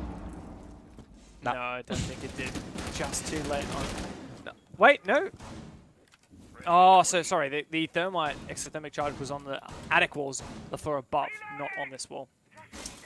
There you go. Credit to IG. They seem pretty organized here. Yeah, they're handling this pretty well. Got a minute left. And look, they've only got 3 defenders to find, so I think as long as they don't overextend here, they should be able to, utilize this advantage to muster themselves to site, either go for the execute or maybe just, win by frag. But this is going pretty well. Attic position held as well, so Jackie Wu, he's he is going to be able to aggress. It's traded at least, but that could have been deadly. Good job from Jackie to hold on. He's had a good game so far, remembering that clutch from round 1. Might be vulnerable to that hatch if someone pushes up from below. It looks like it's a rotation here from IG. Are they moving? I think they are. Yeah, look like there was a rotate going towards Laundry. Yeah, it's Luna who rotated down from below. ED trying to contest from the elbow, but only 20 seconds, so IG, they're going to have to be quick with this. No! Jackie! He's found the 4K! He's got to ace up now! Luna! And he does! Jackie Wu! The ace! He claims every one of them! And what a flick! He is ridiculous! That was insane. I would love to find out what actual body part he hit in that flick, because his crosshair was barely over the top of Luna Metal, but oh man, nuts from Jackie. 3 rounds in a row for Direwolves. This is actually insane from them. On top of the fact, 3 rounds in a row, they've spawn peaked somebody on IG. IG haven't been able to do a fully fledged attack yet in this entire half. Yeah, I mean, it's like, Invictus like, hey, can we play game? Daiwa says, no, you cannot play game. You can only play killing people who are running out. That is the only game we will let you play. We won't let you play the normal Rainbow Six Siege.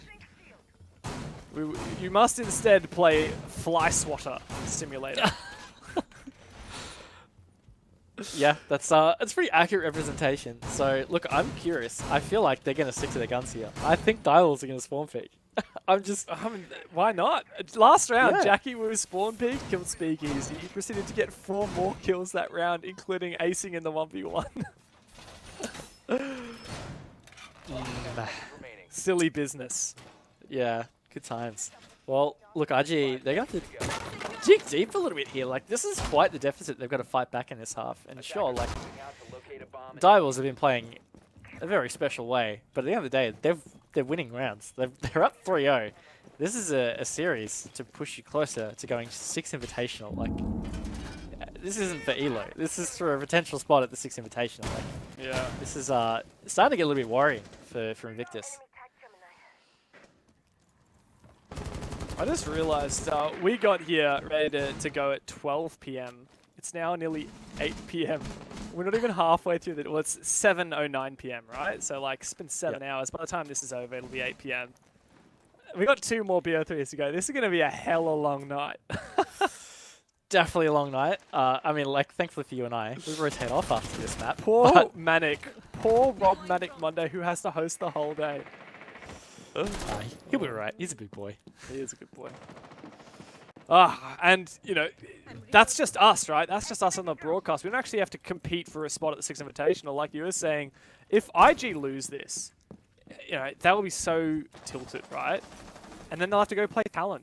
And, yeah, maybe they'll farm them. But maybe they won't. Maybe Talon will throw everything they've got at them. And that goes whether it's IG or Direwolves who ends up losing this game and playing the next match. But at the moment, it's certainly looking like IG because some more silly business is about to occur. Quick 2 kills. I can't believe how late in the round they came. I can't believe I have to say that, but like this is definitely the latest that the opening kills have happened. But yeah, this is already again looking like a solid round here for Direwolves. 3v5. Of course, IG have brought back deficits similar in this map, but also just in the series.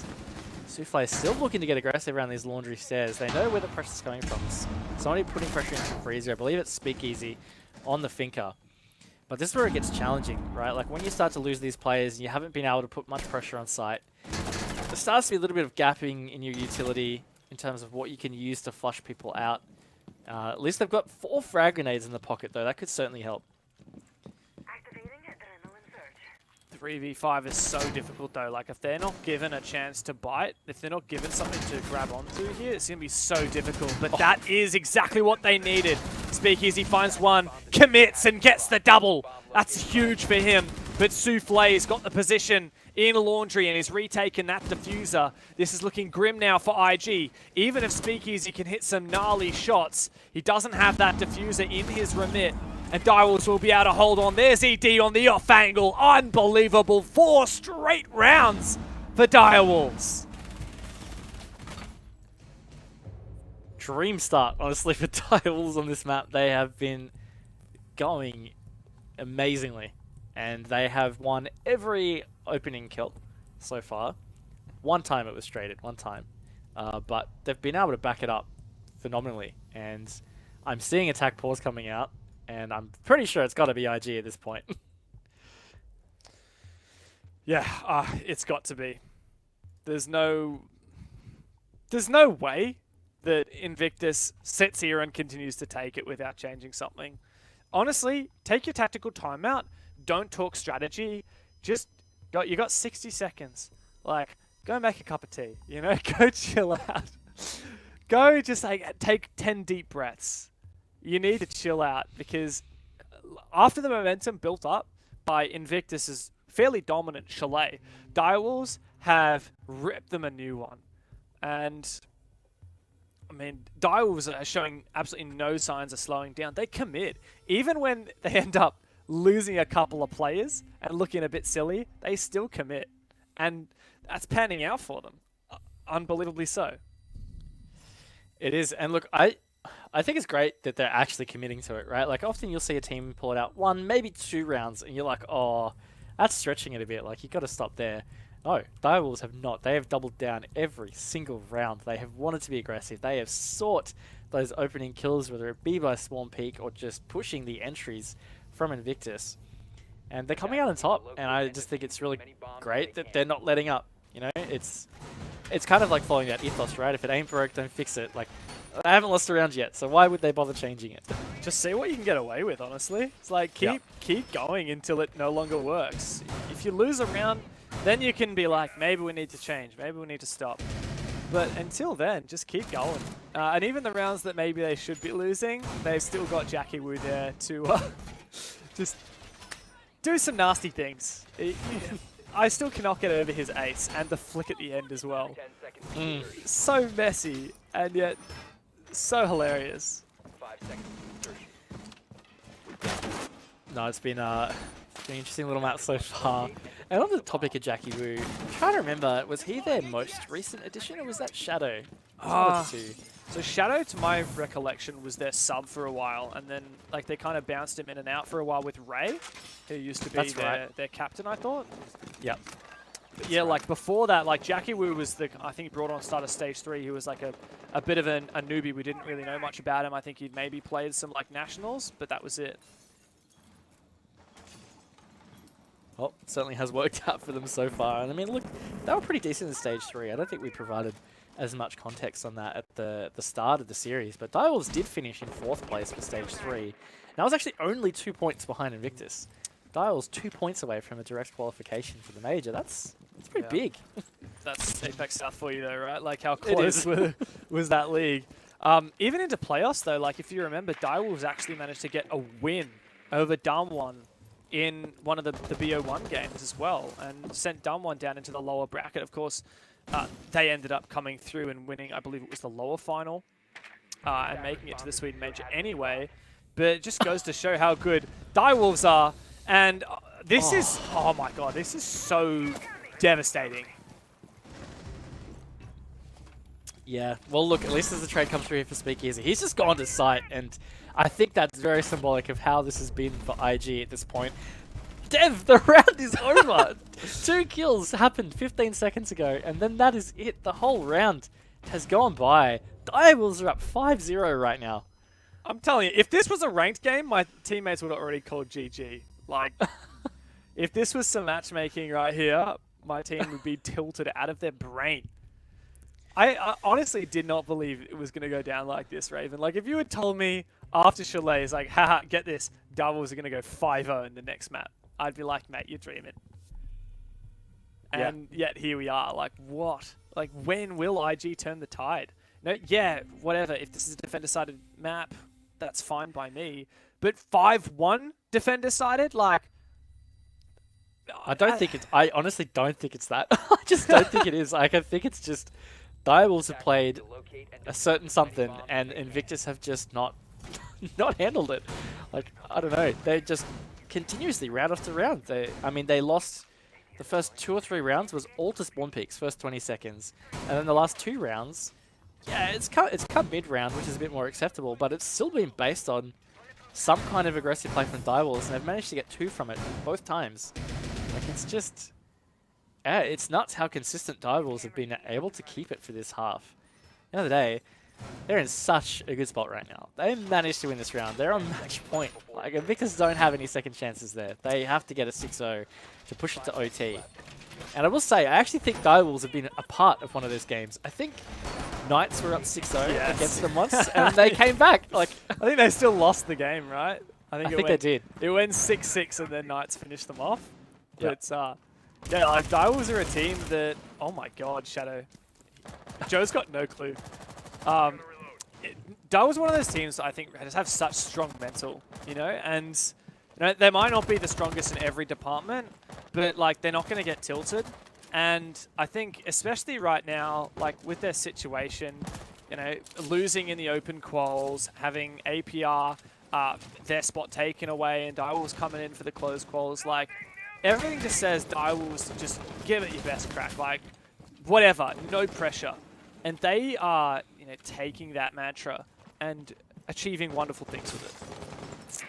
Certainly are. And yeah, like to your point, it's something we always highlighted in APAC is, you know, the mental aspect of Direwolves.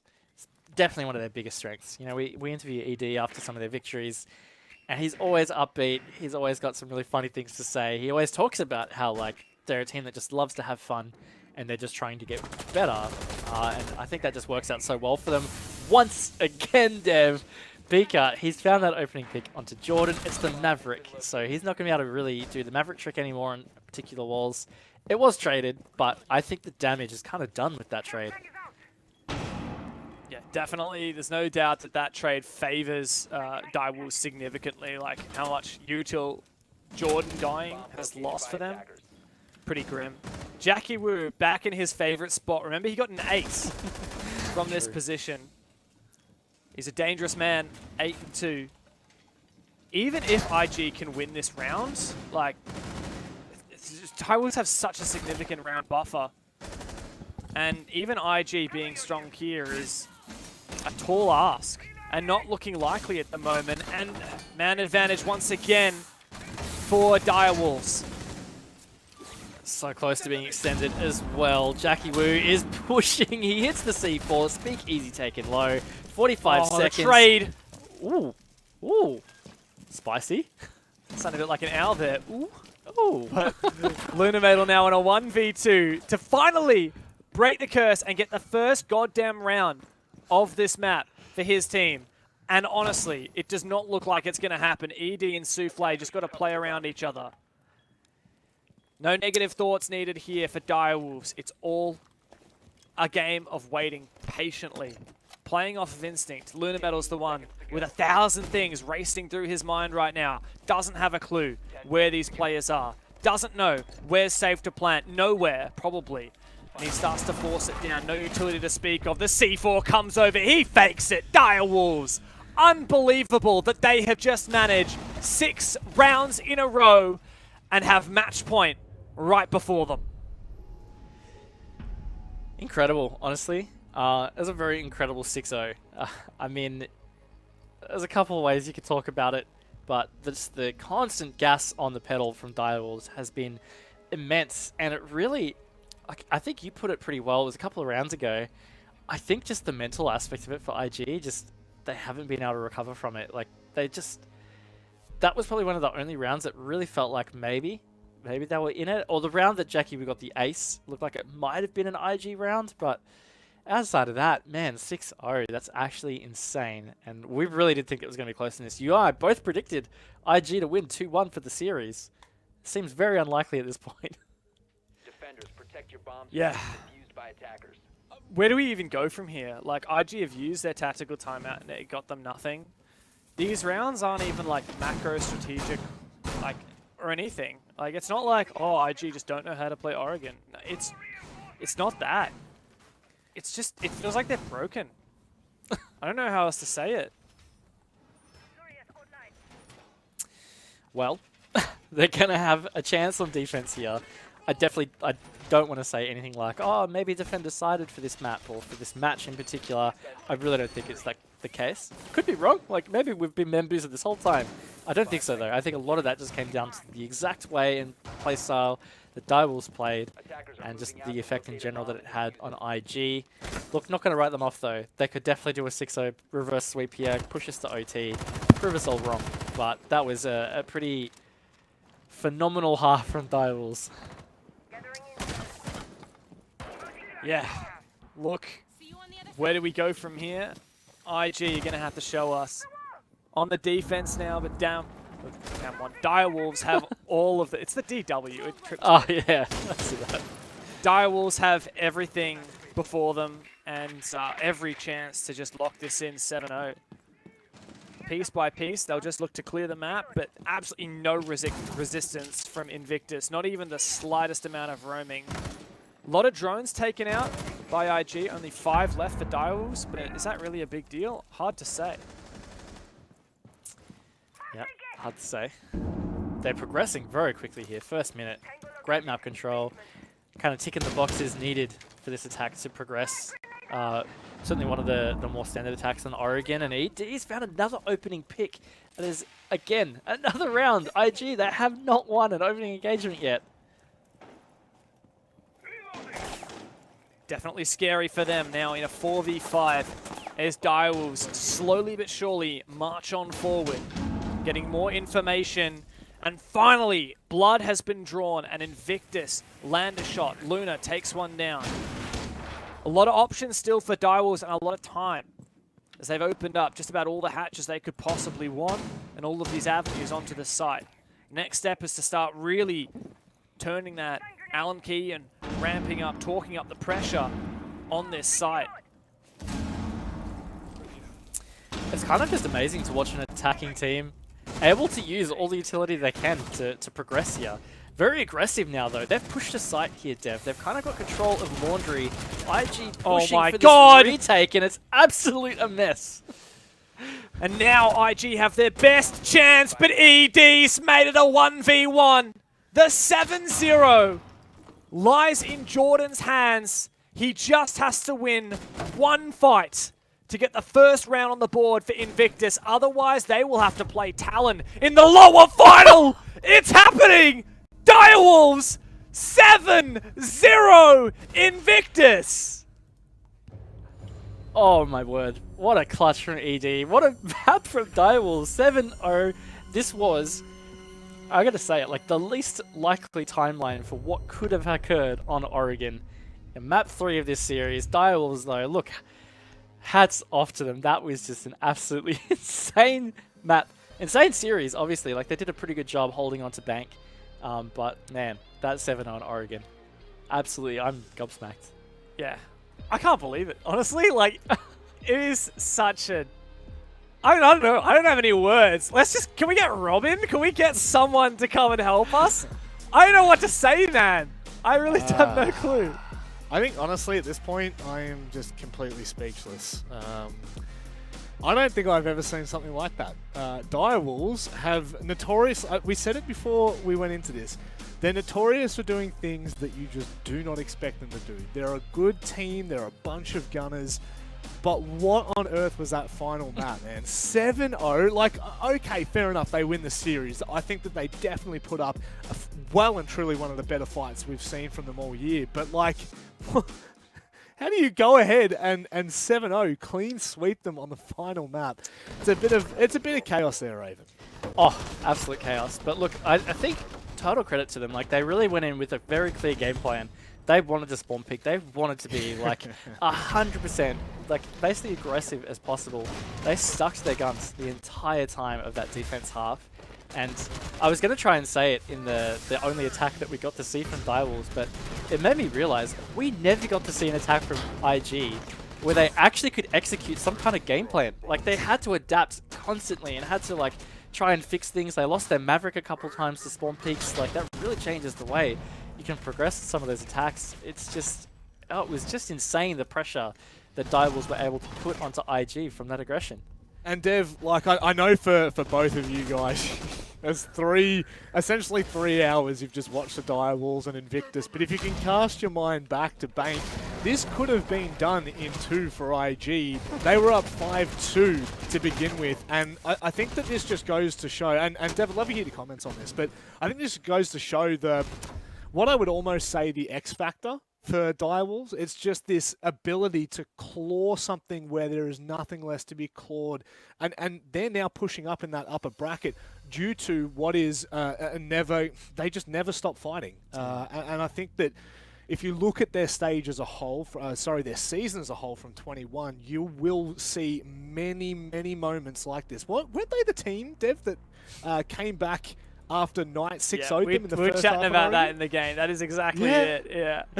Funnily enough, they lost that game, but you know, that is Direwolves for you. So hard to predict. And yeah, absolutely. I mean, the biggest asset in Direwolves' arsenal and the biggest flaw, that, in my opinion, obviously, you know, maybe they won't like me saying this, in IG's form was like it's just mental, man. Like, it's the fact that Direwolves came into this, you know, expecting nothing and having no pressure, and just throwing everything that they've got and having fun. Like, that is ballsy. That is such a risk to come out and 6 rounds in a row just spawn peek, jump out, play what is, quite frankly, like a lot of stupid plays. And it worked. It worked. It was something that we remarked on going into this, Raven, which was like, I hate to call it a meme play style, but it kind of is. I mean, you look at everything they were throwing at them, especially on Oregon there. I mean, we were saying that it could counteract what IG do, which is, you know, they seem to be a lot more structured in their approach. Do you think ultimately that might have sent that tilt a little bit too far? I mean, maybe, but yeah, to your point, I think that was really such a big factor for Direwolves is, yeah, they just had a lot less pressure overall, I would say. Like, they just came into this with nothing to lose, barely any notice to prep. I think it was ED that tweeted that they're just going to focus on having some fun and try some things. You saw that. And that's definitely what we saw. Like, they just threw everything at the wall and they were like, all right, what sticks? And for them on Oregon, the spawn peak stuck. So they're like, all right, this is it. And it worked. Why would you not? Why would you not at the end of the day? All right, very quickly, gentlemen, any final words before we let you go for what is the rest of the night now? I can't believe that. I know, right? I'll just quickly say, like, that was 2 pretty, like, Nutty series. The Cyclops one was not too surprising. I think from this point, Cyclops will probably go on to get the SI spot. But I tell you what, the Direwolves keep throwing some really massive curveballs. Imagine. We might see it. Dev, final comments? It's hilarious to think that with 24 hours notice for this tournament, maybe Direwolves could go to SI. Grim for IG, and they have a chance to redeem themselves against Talon. They're going to need to. Well, gentlemen, all I can say is thank you very much for joining us here for the first day. However, for everyone at home, the show continues. We've got 2 more best of 3s to go. It's CAG and it's Direwolves just